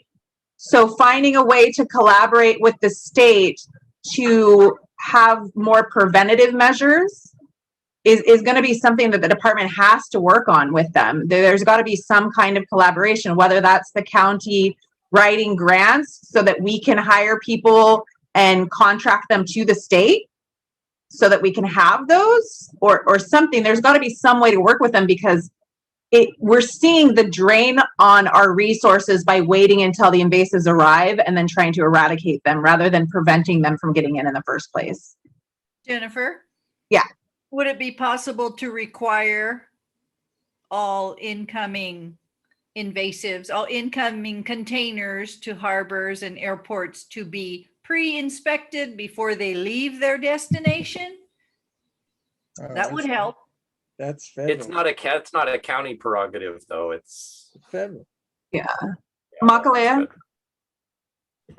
So I was actually going to use MISC as an example of how we are helping the Department of Ag with the inspections. Like we fund MISC, but they don't necessarily sit at the harbors to inspect, but they like MISC will go out and they would Respond. respond, they have a rapid response like on the land after it exited the harbors. And the way that we could influence like state, like usually we don't write grants and then give it to the state, but we could help to write policies that identify specific species and want to keep them from getting imported. There's very limited ways that we can address the actual harbors, and we can discuss those further. But I think, we do have to find out ways to address that, and it is to collaborate with the federal and state agencies and to write legislation and identify specific legislation that could help us. Because right now, I mean, we have a state biosecurity plan, but you know, it's slow to get implemented. So just working with those agencies to implement it. I think you're right. I mean, we bring in plants for nursery side of the business pretty much every other week, and they're pre-inspected before they're shipped to us. And so maybe, you know, a lot of the stuff coming in, and then they're post-inspected too when they get here. But it seems like, you know, not everything is being inspected like that, and some of it is due to the lack of people, you know, the staff or whatever. But you know, people move with 20-foot containers or whatever, and I don't believe those are inspected. I don't know, maybe they are randomly, but some stuff can come in through, I guess, find out where we're missing the gaps and Yeah, yep. find that, because some stuff they really are checking on. I mean, even inter-island is weird. We get stuff on a big island that end up on other islands. It's like, why are we doing that to ourselves? And some of it is political. We don't want to shut them down. Well, too bad. You're going to shut everybody down pretty soon. You keep doing what you're doing. The Department of Ag only inspects if it is, if you claim that it is an agricultural product. But if you're putting stuff in there that's not, they don't go and look at every container. Exactly. Yeah. Yeah. So yeah, identifying what those gaps and needs are, and then kind of working towards them. Well, I wonder also, you know, if the answer isn't entirely more inspectors, but it's also more protocol about how containers are treated when they come in and before they're unloaded. You know, and there's been, at least in the coffee industry, we had looked into ozone generation as a means of limiting coffee berry borer, for example, being able to get into here, into the state. Of course, that's like the cat's already out of the bag, but you know, I hear stories from people when they get containers of furniture from Bali or something like that, and you know, wink, wink, nod, nod. You give a guy an envelope with some cash, and oh yeah, they fill in the inspection certificate. And when it gets here to Maui, people open up the container, and all this stuff flies out. And so you just wonder if there's a kind of a preemptive, effective, and non-destructive technique that we could use at the harbors. That all containers would have to go through that. And sure, it's going to slow stuff down, but you know, it's going to make it easier for those of us that live here in the long run, because we don't have this continuous parade of new bugs and plants and everything coming in. You know, even if, I mean, this sounds dumb, but when you think about it, maybe not, but even if the county would budget for that service, in the long run, you actually save more money trying to prevent it than spending money trying to get rid of it or stuck with it forever. Yeah, I think there are ample ways that you know the department can work with the state and federal agencies to figure out, you know, preventative measures from, you know, more invasive species being introduced here. How that's done and like how that collaboration plays out between, you know, the county and those different agencies is going to be, you know, a work in progress, but I think it's possible for sure. You got to get buy-in, yeah. Once they Yeah. buy in, then it's okay. And I think, you know, I think the state and federal agencies, they don't want more invasive species coming here. That's not the goal. It doesn't make them look good either. So if we're trying to help them find solutions and work with them to prevent that and not step on their toes too much, then hopefully they'd be open to it. Yeah. When it comes to actual like inspection and enforcement, that really is like the state's job. So it's like the county can't actually do that part, but there might be ways to support the state in it. And I think one thing I've heard from the plant quarantine division folks is that the education is really important as well for people who are ordering like things coming in from, you know, other coming from the Big Island, or they just order things on Amazon and they come, you know, they come in and just bypass the inspection process completely. Mhm. And for, you know, so there's like a farmer education side of this, of like where you can get stuff locally so you don't have to import it. And then like quarantining, and this is talking about not like produce but the actual like plants, like farmers importing plants, how they quarantine the plants when they come in, where they order it from, all that kind of stuff. So there's an educational side of that that could support the plant quarantine division in their work, so that, you know, the inspection side is easier. Do we want to put the education in here, or do we just want to say collaborate? Or is that looking better? Changing up? I would, do we need to have retail locations in there? It seems like if it gets to the retail location, it's pretty much too late. Well, there are retail locations right now that actually sell invasive species. Like the ABC store sells invasive species, and they just sell them. So This Home Depot. So that's kind of why I put update noxious weed list. I mean, we're talking about solutions, not really like what we're trying to do in this paragraph, but that's like a huge one, is that this noxious weed list exists for it has a list of what the Department of Agriculture can fund to eradicate or to put money towards. And a lot of these aren't on that list. And so that's number one. But I mean, I think that's just for the department to develop. I don't think we need to list all of these solutions and suggestions in there. But I have a lot of suggestions in here for this section. Trying to be as broad enough to encompass it all. Yeah, looks good. Move on. Yeah, and the other side of, sorry. It's okay, go ahead.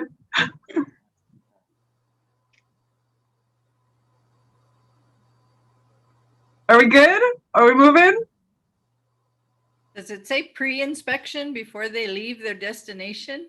To develop additional protocol. That kind of covers protocols, kind of covers that. Okay. Do we want to add education in there? Or is that implied?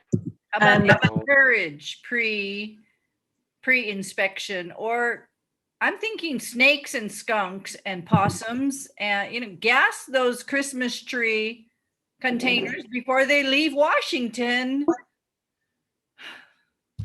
Yeah.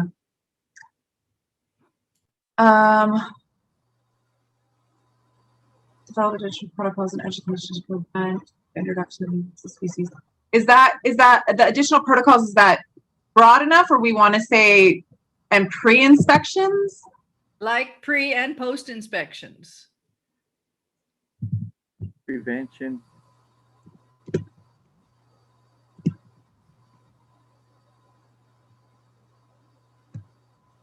Thank you. And who are we educating? Is that the inspectors?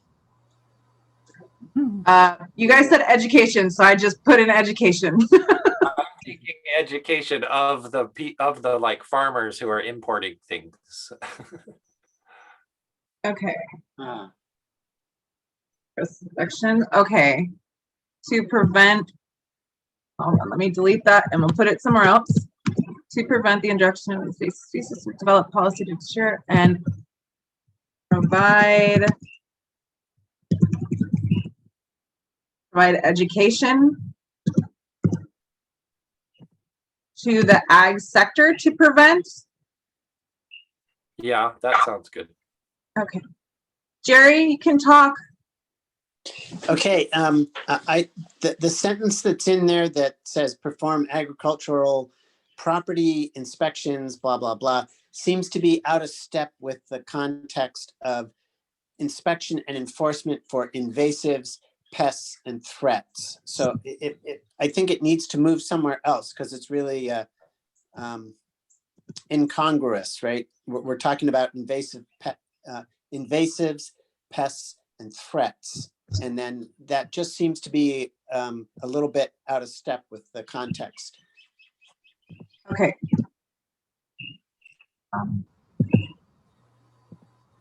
Sorry, which one? Last sentence. Oh, the perform agricultural property inspections. That one?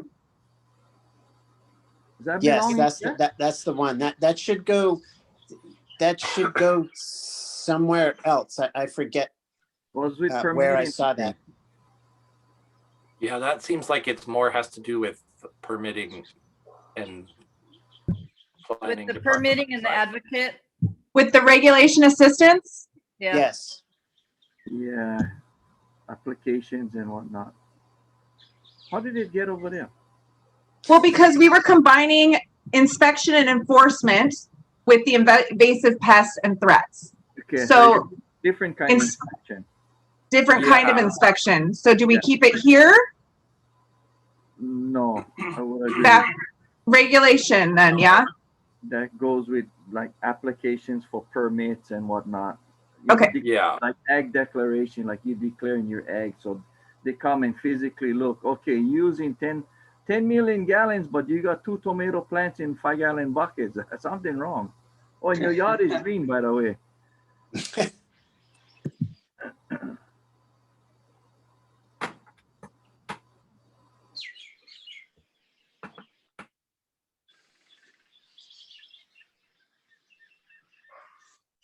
Sorry, I'm trying to find it. Oh, there we go. Okay. There. Create a streamlined permitting process for ag. And Paste them in. why are we doing that? Okay. Yay.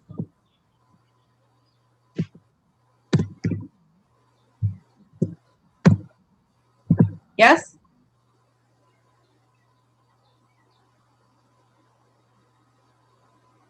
Okay, Jerry gave me a thumbs up. Is that good for everybody? Yes, thank you. Okay.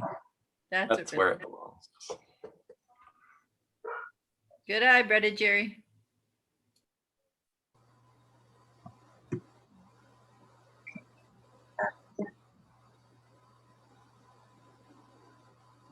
Oh, we passed that one. Passed that. Oh my God, we might get through them tonight, you guys. I'm so excited. We go to the end. Doing it. Yeah, Okay. don't give up, you know. Let's see. Okay, we can skip that because we just did that. Okay, resource regeneration and protection.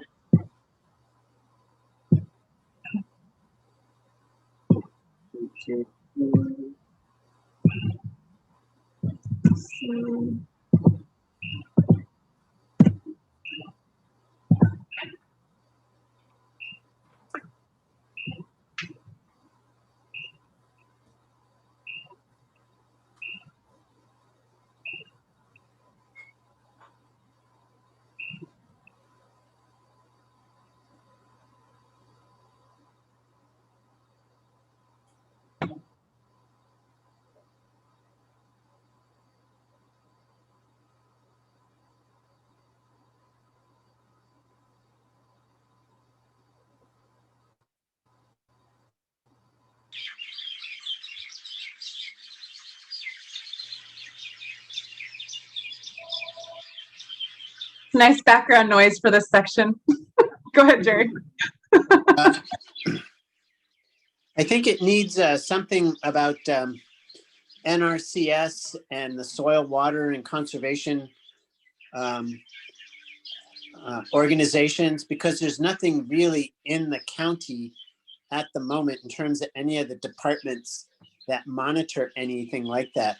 So, for example, if you have cases with, say, fugitive dust from a large parcel of land, you have to go and file a complaint with the Department of Service Administration or something like that, because it's has something to do with the grubbing and grading permits. or you have to go to the Department of Health and the fugitive dust people. So there's nothing really for a currently existing in-county resource for dust mitigation from agricultural fields or erosion from large stormwater runoff events. So the county would have to collaborate with and coordinate with the NRCS and the soil, water, and conservation districts for that.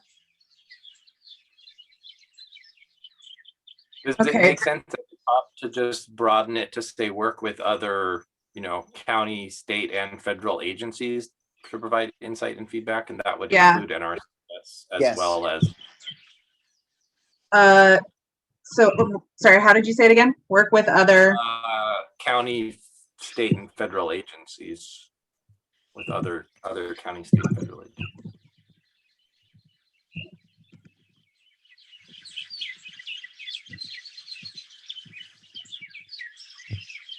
And the ag producers too, 'cause some of them may need direction where to go.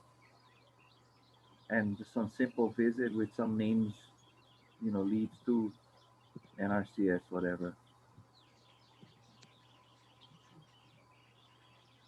And maybe include something about other organizations or something like that too, because there's non-governmental organizations that also have. should we just say community?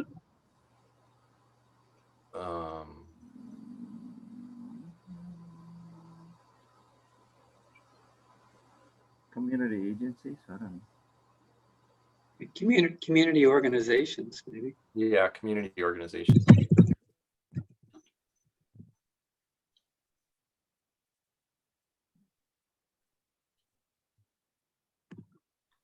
Does this include composting? It should include everything. So like a lot of the times when I was at the county, you would see projects being developed and they would talk about ag issues, but there was nobody really to inform the departments of how it could create unintended consequences for, natural resources and things like that. So this is where the department could step up and kind of provide that information, that feedback, and, help guide projects and, things, so that we are thinking about that stuff. Yeah, I don't know who mentioned compost, but that's one of the first words that comes to my mind when you think of resource regeneration, because it's the easiest way of replacing organic matter in our soils that get degraded by what we do for a business, farming. So I put land. Do we want to add in soil to be more specific? Yes. That's a good idea. Okay. Soil enrichment. I think this encompasses compost, but it's good to say soil because that's a big part of regeneration. Regenerative agriculture is all about soils. Good. We're good on this one? Move on. All right. Somebody get on cattle prod. Okay. Contract procurement, this didn't come up a lot in our talks, but it had in the research that I did and the talks that I had with people. So we can see what I had before and then we can change it or eliminate it or do whatever we need. But it was a big kind of a issue. So it's pretty broad what I originally said.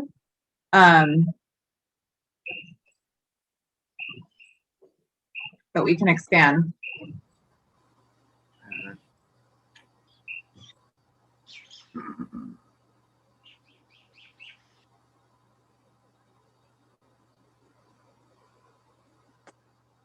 I think that starts out on a negative foot, assistance to help drive out imports. Maybe just assistance to limit. No. Maybe just Or import substitution.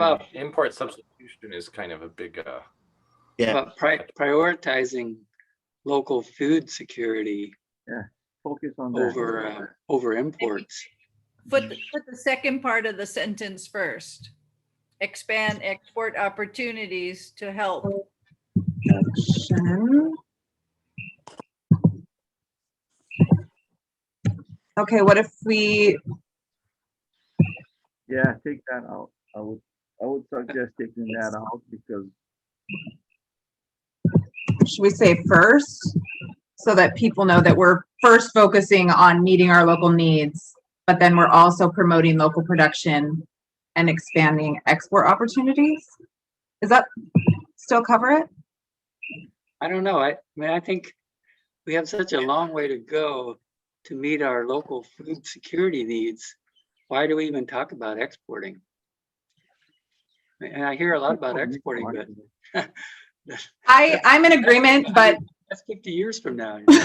I'm in agreement. I think we're a long way from exporting a lot of stuff, but that was brought up a lot. People do want to find a way to do exports, and you know, maybe that's looking at added value products more than actual resources, you know, because that was coming a lot from added value product makers, like how do we find ways to export and things like that.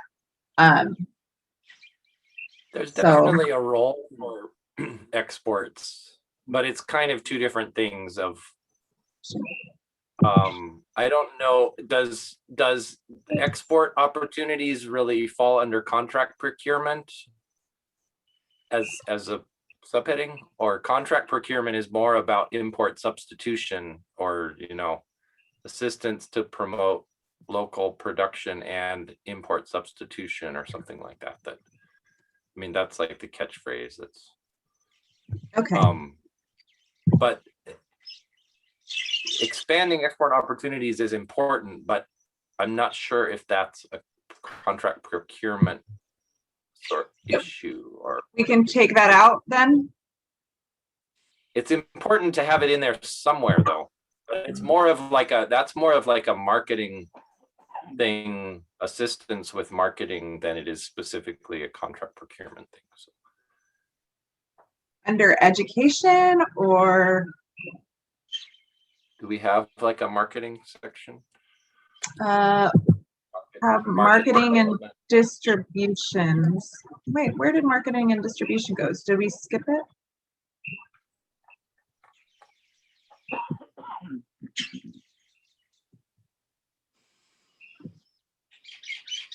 Hold on, let me see 1 second. Yeah, I don't see it in here.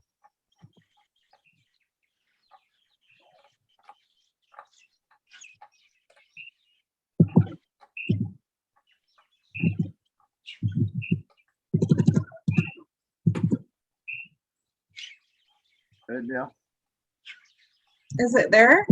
yeah, you got them on the land use. There should be another. It's not the big one, but it's there. Yeah, It didn't eat its vegetables. It stayed small. maybe I lost it in the transfer over, you guys. I can go back and put it in. Okay. Anyway, Sorry. for this one, I would say we should talk first about local food security, and then maybe at the end say something about expanding export opportunities when it makes sense, or whatever, you know. But if we put Okay. that first, then it kind of gets lost that we need to have food security first. Yeah. Okay. Let's see. I'm still going. Sorry. Oh, there it is. Okay. My goodness. Sorry. There. Okay. So assistance to promote local production and import substitution with a focus on local food securities first.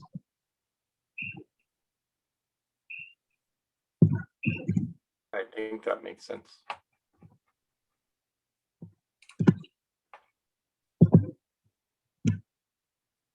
Okay, so need to put this under markets. I'm not gonna lose that.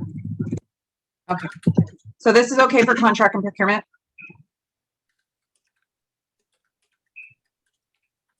Sure.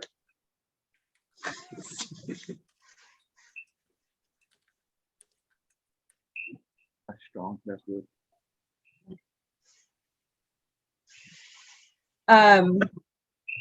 William, just thinking about this, is there anything that we should add in for like lease assistant in the contract and procurement section? What do you mean? Like, I know that like farm to landowner leasing is an issue. A lot of the times the expectation of the landowners and the farmers are not seeing eye to eye, and a lot of our prospective growers have gotten into leases that have basically stopped their ability to farm in their tracts or ranch or whatever. Is this an area that we should put something about that in there? Because there is issues in here with like. That is a big issue, and if it fits there, that will be the place to put it on. Is Brendan still on? I cannot see all who's on. But he can chime in on this too.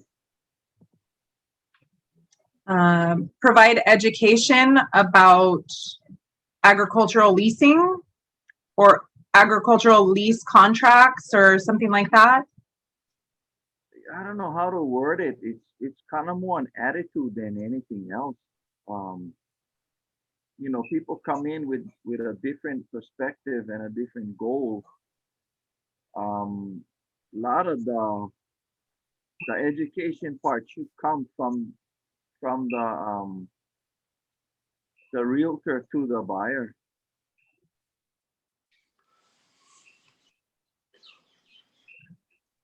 Well, I mean, that's not stuff we put in here. It's just, you know, what's out the right information. Okay. I guess Brandon is not on. Not on. Okay. Sure. Okay, maybe I can touch.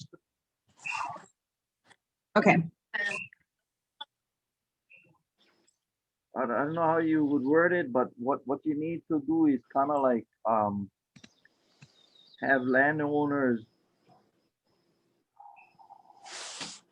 I don't know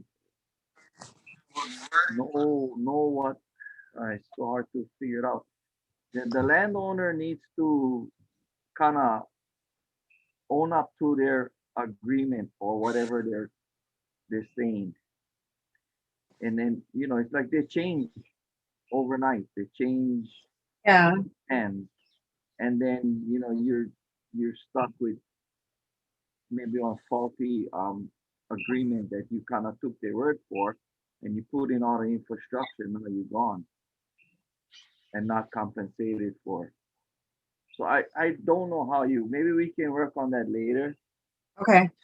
And come up with something. Maybe between you, Ben, and Teresa, myself, we can figure that one out.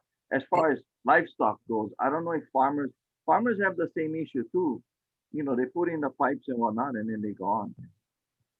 Yeah, I know a lot of farmers have that issue. So we can maybe put our heads together. Okay, there's transportation.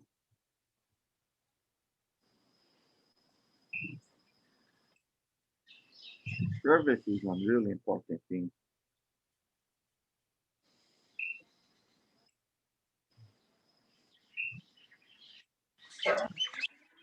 So,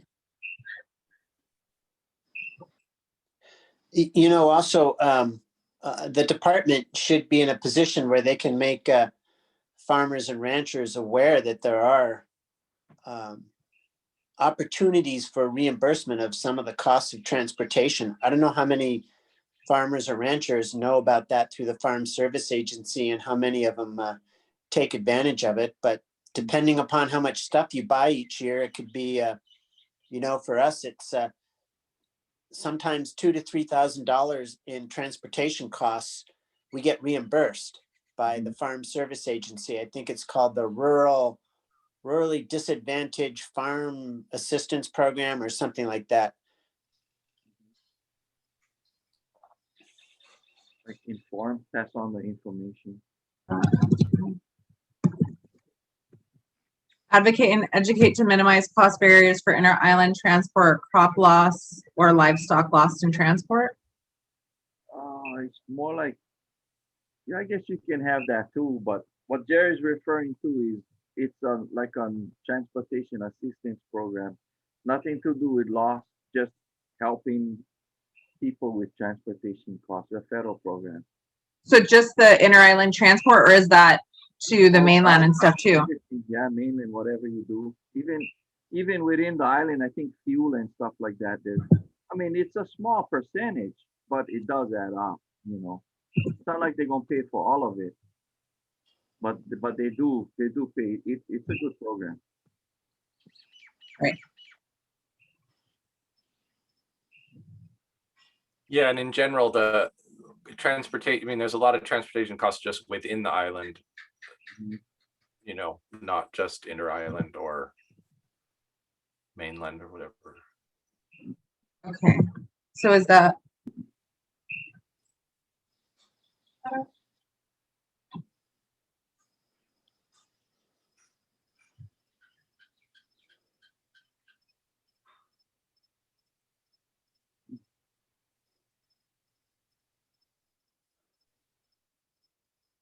Jerry, what do you think? I think it has to be something about promote access for the farming, or promoting access for the agricultural community to federal programs that reduce the cost of transportation.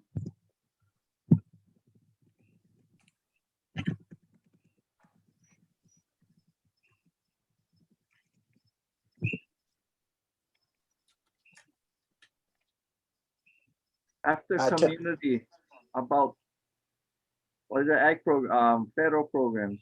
Jerry? Yes, yes, promote access or awareness amongst the ag community about federal programs. And I think that could be across the board, because there is that lack of knowledge about like how to access government programs and subsidies and programs, all of that kind of stuff. So it's not only transportation, but I don't know if you can put that in like a job description for an extension agent to provide education on all of these things. Right, right.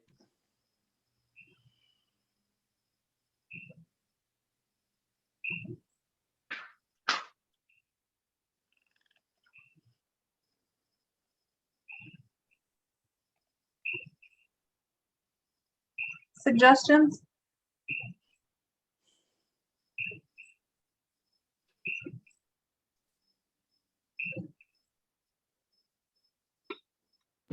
Provide resources to government programs or subsidy programs, to federal programs. Here? Yeah.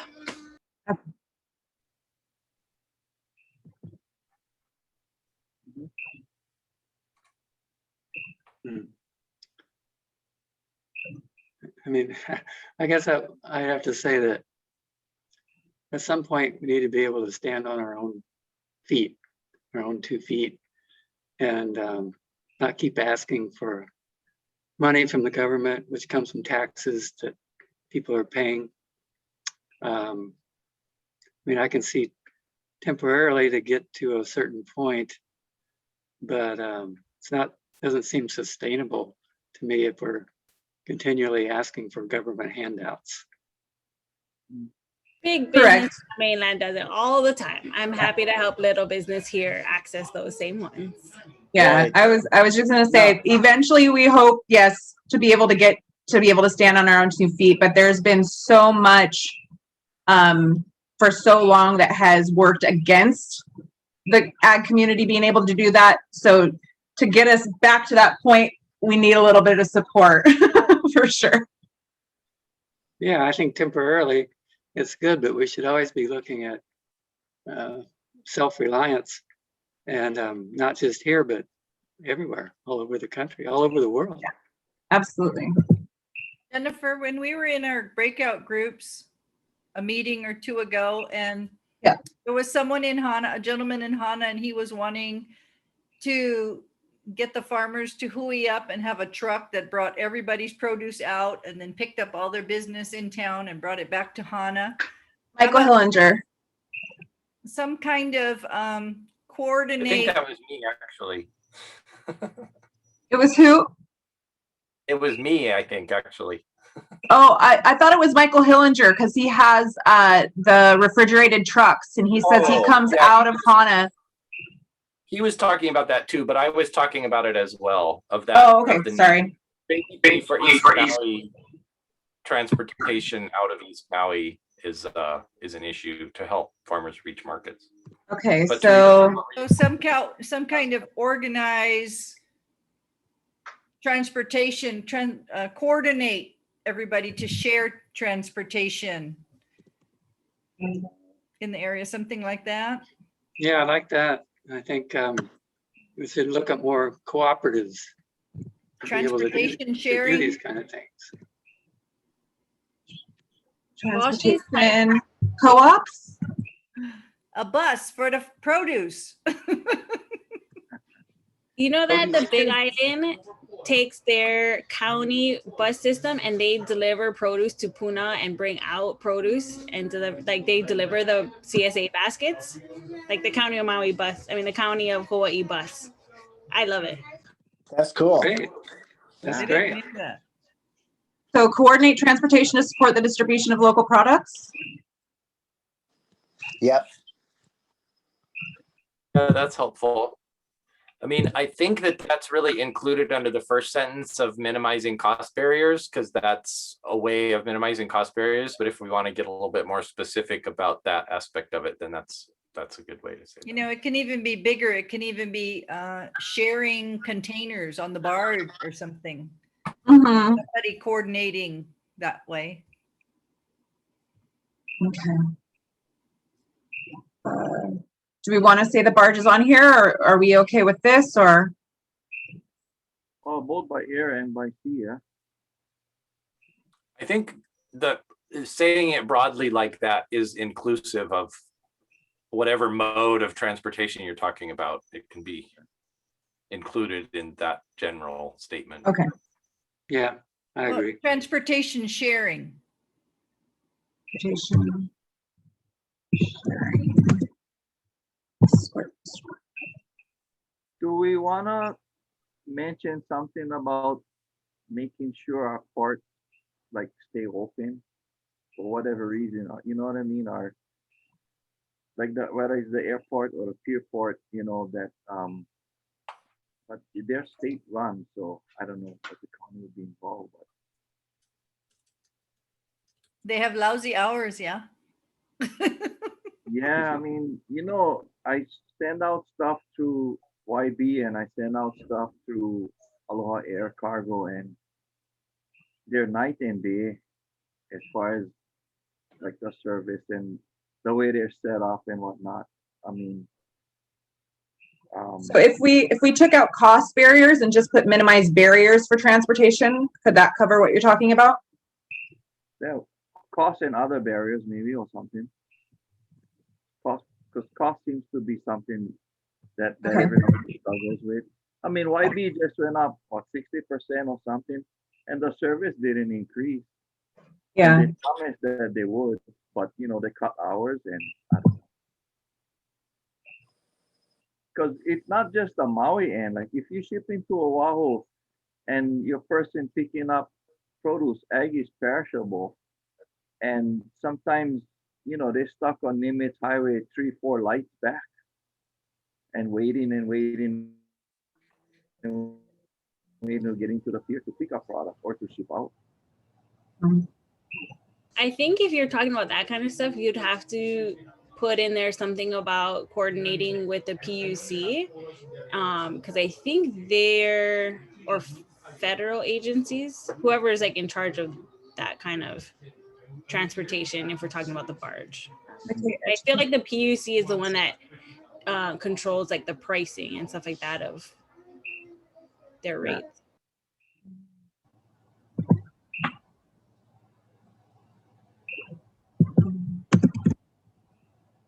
Can you say that again? Sorry.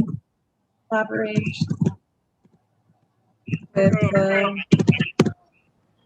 With see Or other government agencies. No, it's the PUC that control. The rates, yeah. That's on, right on. PUC controls the rates, but YB has to go to PUC, ask for the rate, and then it becomes, then they have to go to public hearing. And after the public hearings, then the PUC will decide on what they're going to give them. That's how the process works. But you know, we had all the public input this last time, and they still gave them on 46% increase, when ironically they were asking only for 30 in December, and that got shut down by the state. And then they went and gave them the 46%, which put the burden on all the consumers.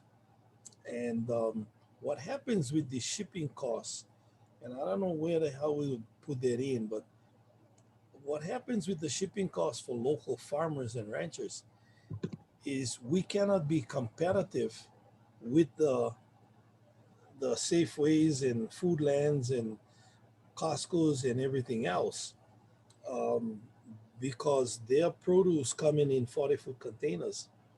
So that shipping tax is really a burden on being sustainable. Like somebody just was saying, standing on your own 2 feet.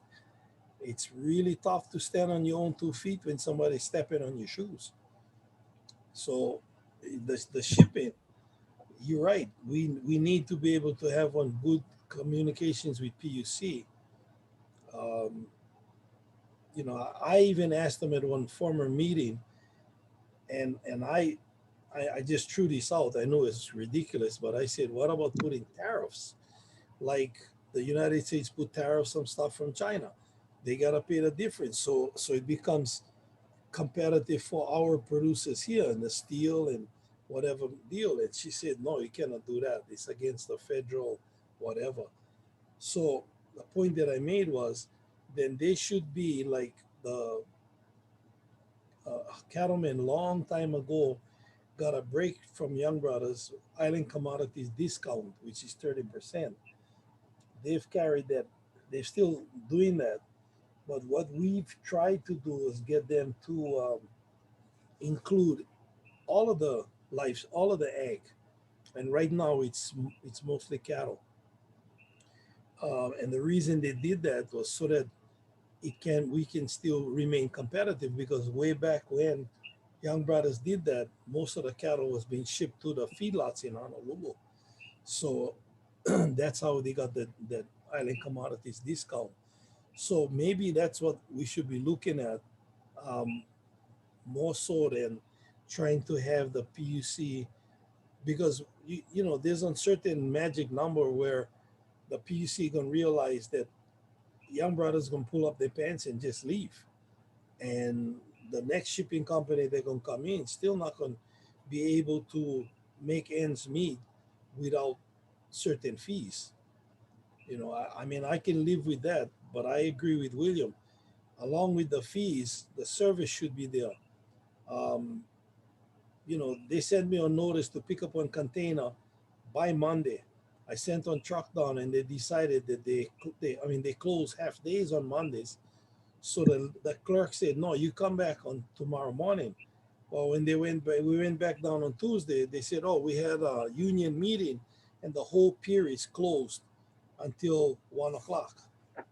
So again, service and stuff, but transportation is crucial to the ag economy. So if we can, Brendan, if we can try to sum that up, can we use words within this first paragraph to kind of include what you're talking about? So we've got collaborate with the PUC, provide advocacy and education, and provide resources to minimize cost and other barriers for transportation, crops lost or livestock lost in transportation, promote access to the ag community about federal programs to reduce costs of transportation, and coordinate transportation sharing to support the distribution of local products. I think you covered pretty much everything. It's a broad thing. Okay. Scott was saying, keep it broad, kind of encompasses more stuff. But any kind of crop loss, Young Brothers has on insurance that you can claim. Crop loss, livestock loss. But what a lot of people don't know is there is a maximum that they can cover unless you pay for an additional insurance for the animal. Okay. So if your crop is worth $3,000 and they only going to insure it for $1,000, you need to know that and say, well, look, I want to pay this insurance for the loss. But most shippers don't know that.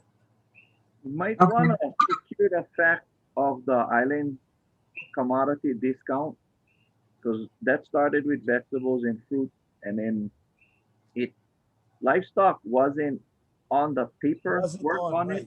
It was verbal. And so you might want to just be sure we maintain the island commodity rate. And you need reasonable hours. I mean, that they might take offense to it, but that's kind of two of the key important issues, I think, right now. Okay. Do we want to put that in the survey question, or do we want to add that to our list of issues to keep track of? Put a list of issues because you have Okay. minimize costs to minimize costs and other barriers. And that would fall under that. Okay. All right. I'm going to touch base with you guys to make sure that I get those added to the database. Yeah. Okay. And then we'll go to this one, I think is the last one except for markets that I left out. Shit. Sorry, guys. We're almost there. Can you guys hang in at 7:32? I know we're over. Yeah. Someone's gonna hang on. Okay. I hear a coqui frog behind somebody. Oh, that's in my house. They're everywhere. It's Jennifer's frog. Go get it. No, there's a lot of them. They spray all the time. We should start shipping them on out. export market. Yeah. You can eat them, fry them. Okay.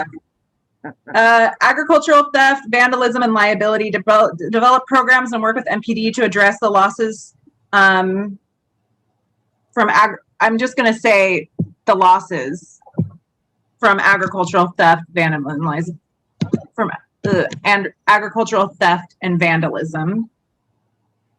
Vandalism, yeah, I mean, it's different kind of vandalism. I don't like to take too much time, but for us, we get a lot of like car accidents through fences, and MPD comes, has the car towed out and leave the fence open. But I don't know how you where that would fit. Where kind of like the police shouldn't be just leaving the scene open to more, I don't know. Yeah, I think that's You get them there, educate and address liability issues. Develop programs to educate and address. Yeah, I think the education part is crucial. Yeah.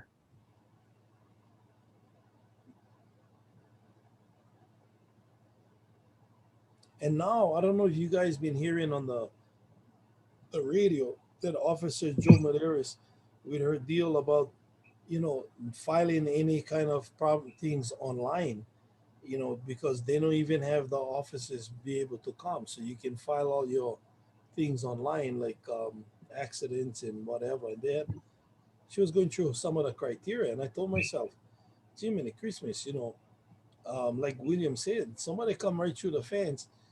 We don't know about it. They pull the car out and the tow truck leaves and your fence is open. And then the liability of the animals getting on the road. I think getting back to what you had earlier about education, I think would really be a good idea to have some kind of dialogue with MPD as to, different things that happen that really you cannot blame the officers. A lot of them grew up in Kahalua and, you know, the only chicken that they see is in the store. Mhm. So it's So a bit of education. I Do we don't know if want you to, can see this picture. what? I don't know if you guys can see this picture.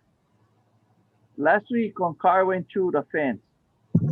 The tow truck towed the car out through the gate, but they didn't open the gate. He wanted to go, literally tow the car through the gate. And that's what he turned the gate into, a horseshoe. Oh my And he goodness. said the gate was broken.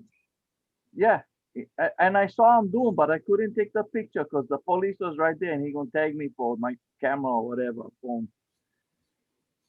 But that's the kind of crazy stuff they do. That is, you know, we kind of gotta work with them. So I Well, think it's we covered it education. by education and whatnot. Yeah. So do we, education. are we okay with this sentence, or do we want to add or change?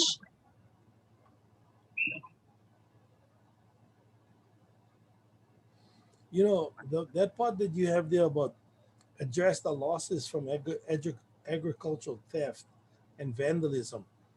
I think as an ag department, we should encourage our judicial system to make these ag theft things not a slap in the wrist for $25 fine. And the vandalism, it's, you know, go home and be a good guy or have 1 hour community service. If the fines were a little bit more stiff, it would be a little bit more of a, you know, um, deterrent, I think, for a lot of these guys.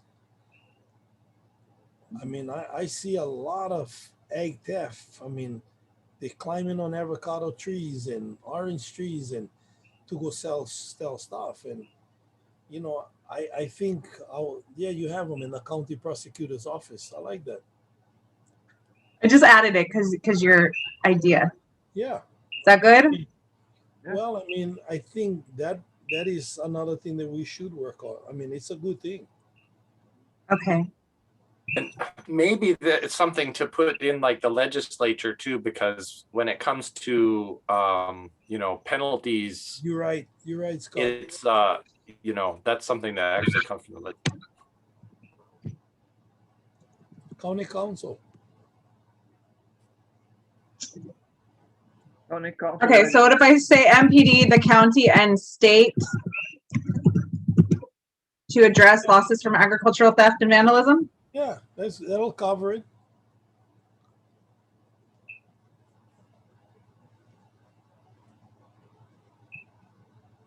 We good? That's good. The fines need to get more strict because they're really manini now. The guys don't care. They'll pay $100 trespassing fine. Yeah. But if Well, there's that's- animals in the property, then it gets more stiff. Well, like Yeah. Scott said, the You might ones have who to do that, make no? those fines is the council. It's gotta be by law. Yeah. yeah, or the state legislature.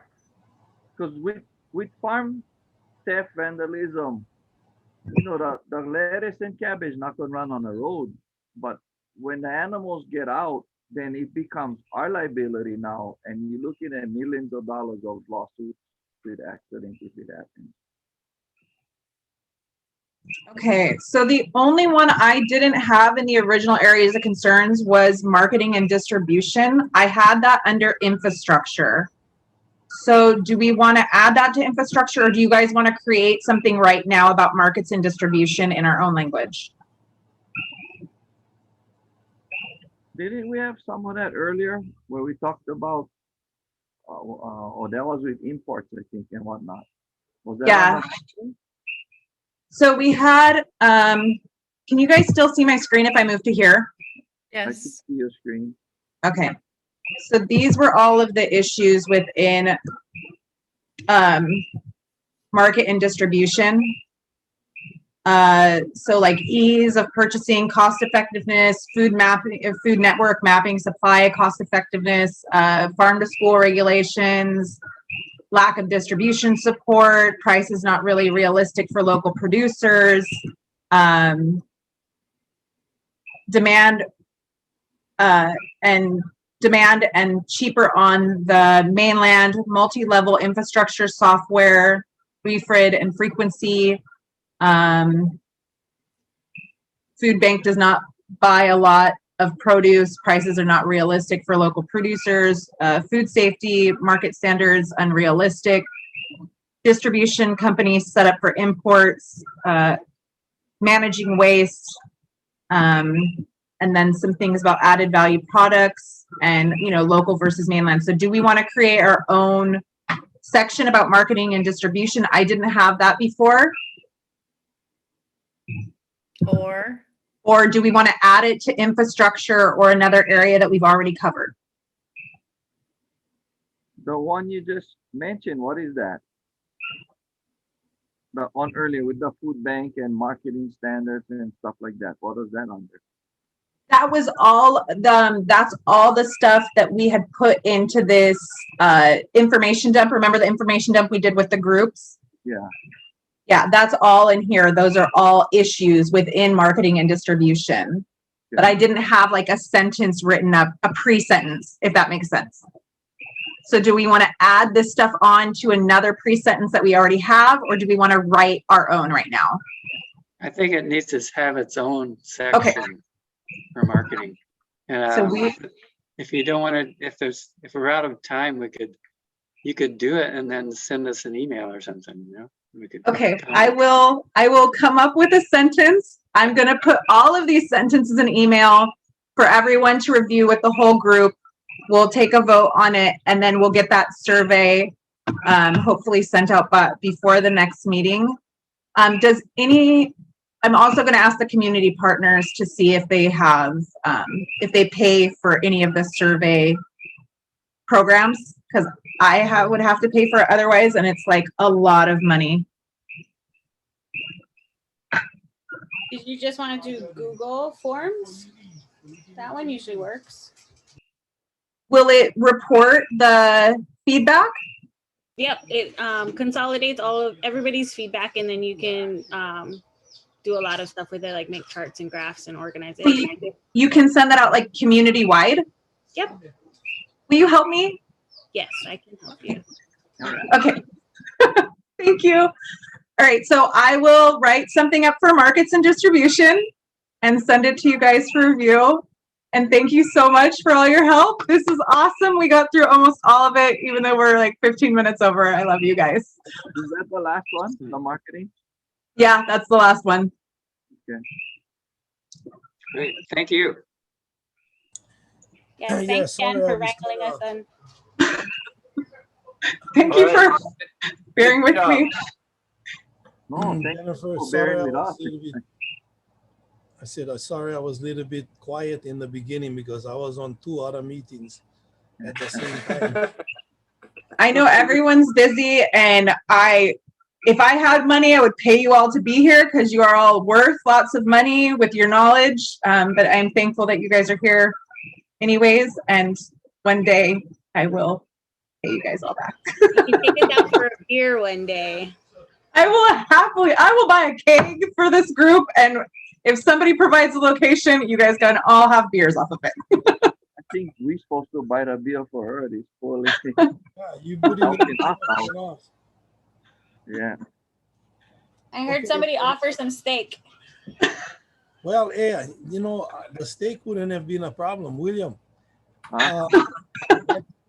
Thanks for the info on that cow last night. Oh, you're welcome. You got them? Yeah, the 30 took care of it. Oh, so that's where the steak's coming from. He took care of it. That son of a gun, we put her in and we were fixing the fence, and 30 feet from us, she jumped out again. Oh my goodness. Yeah. So she decided to go to heaven. There you go. You get one for my father rope up there. Yeah, I thought about that. So no problem. You get the beer, we get the meat. Might be hamburger instead of steak, but I'll bring the poi. Oh, that's good. There you go. All right, are we good, you guys? Thank you so much. I really, really appreciate it. I know the community is going to appreciate this. I know it was a lot of work, but we're getting there. Thank you. Thank Good you job. Thank you. for Aloha. facilitating it all.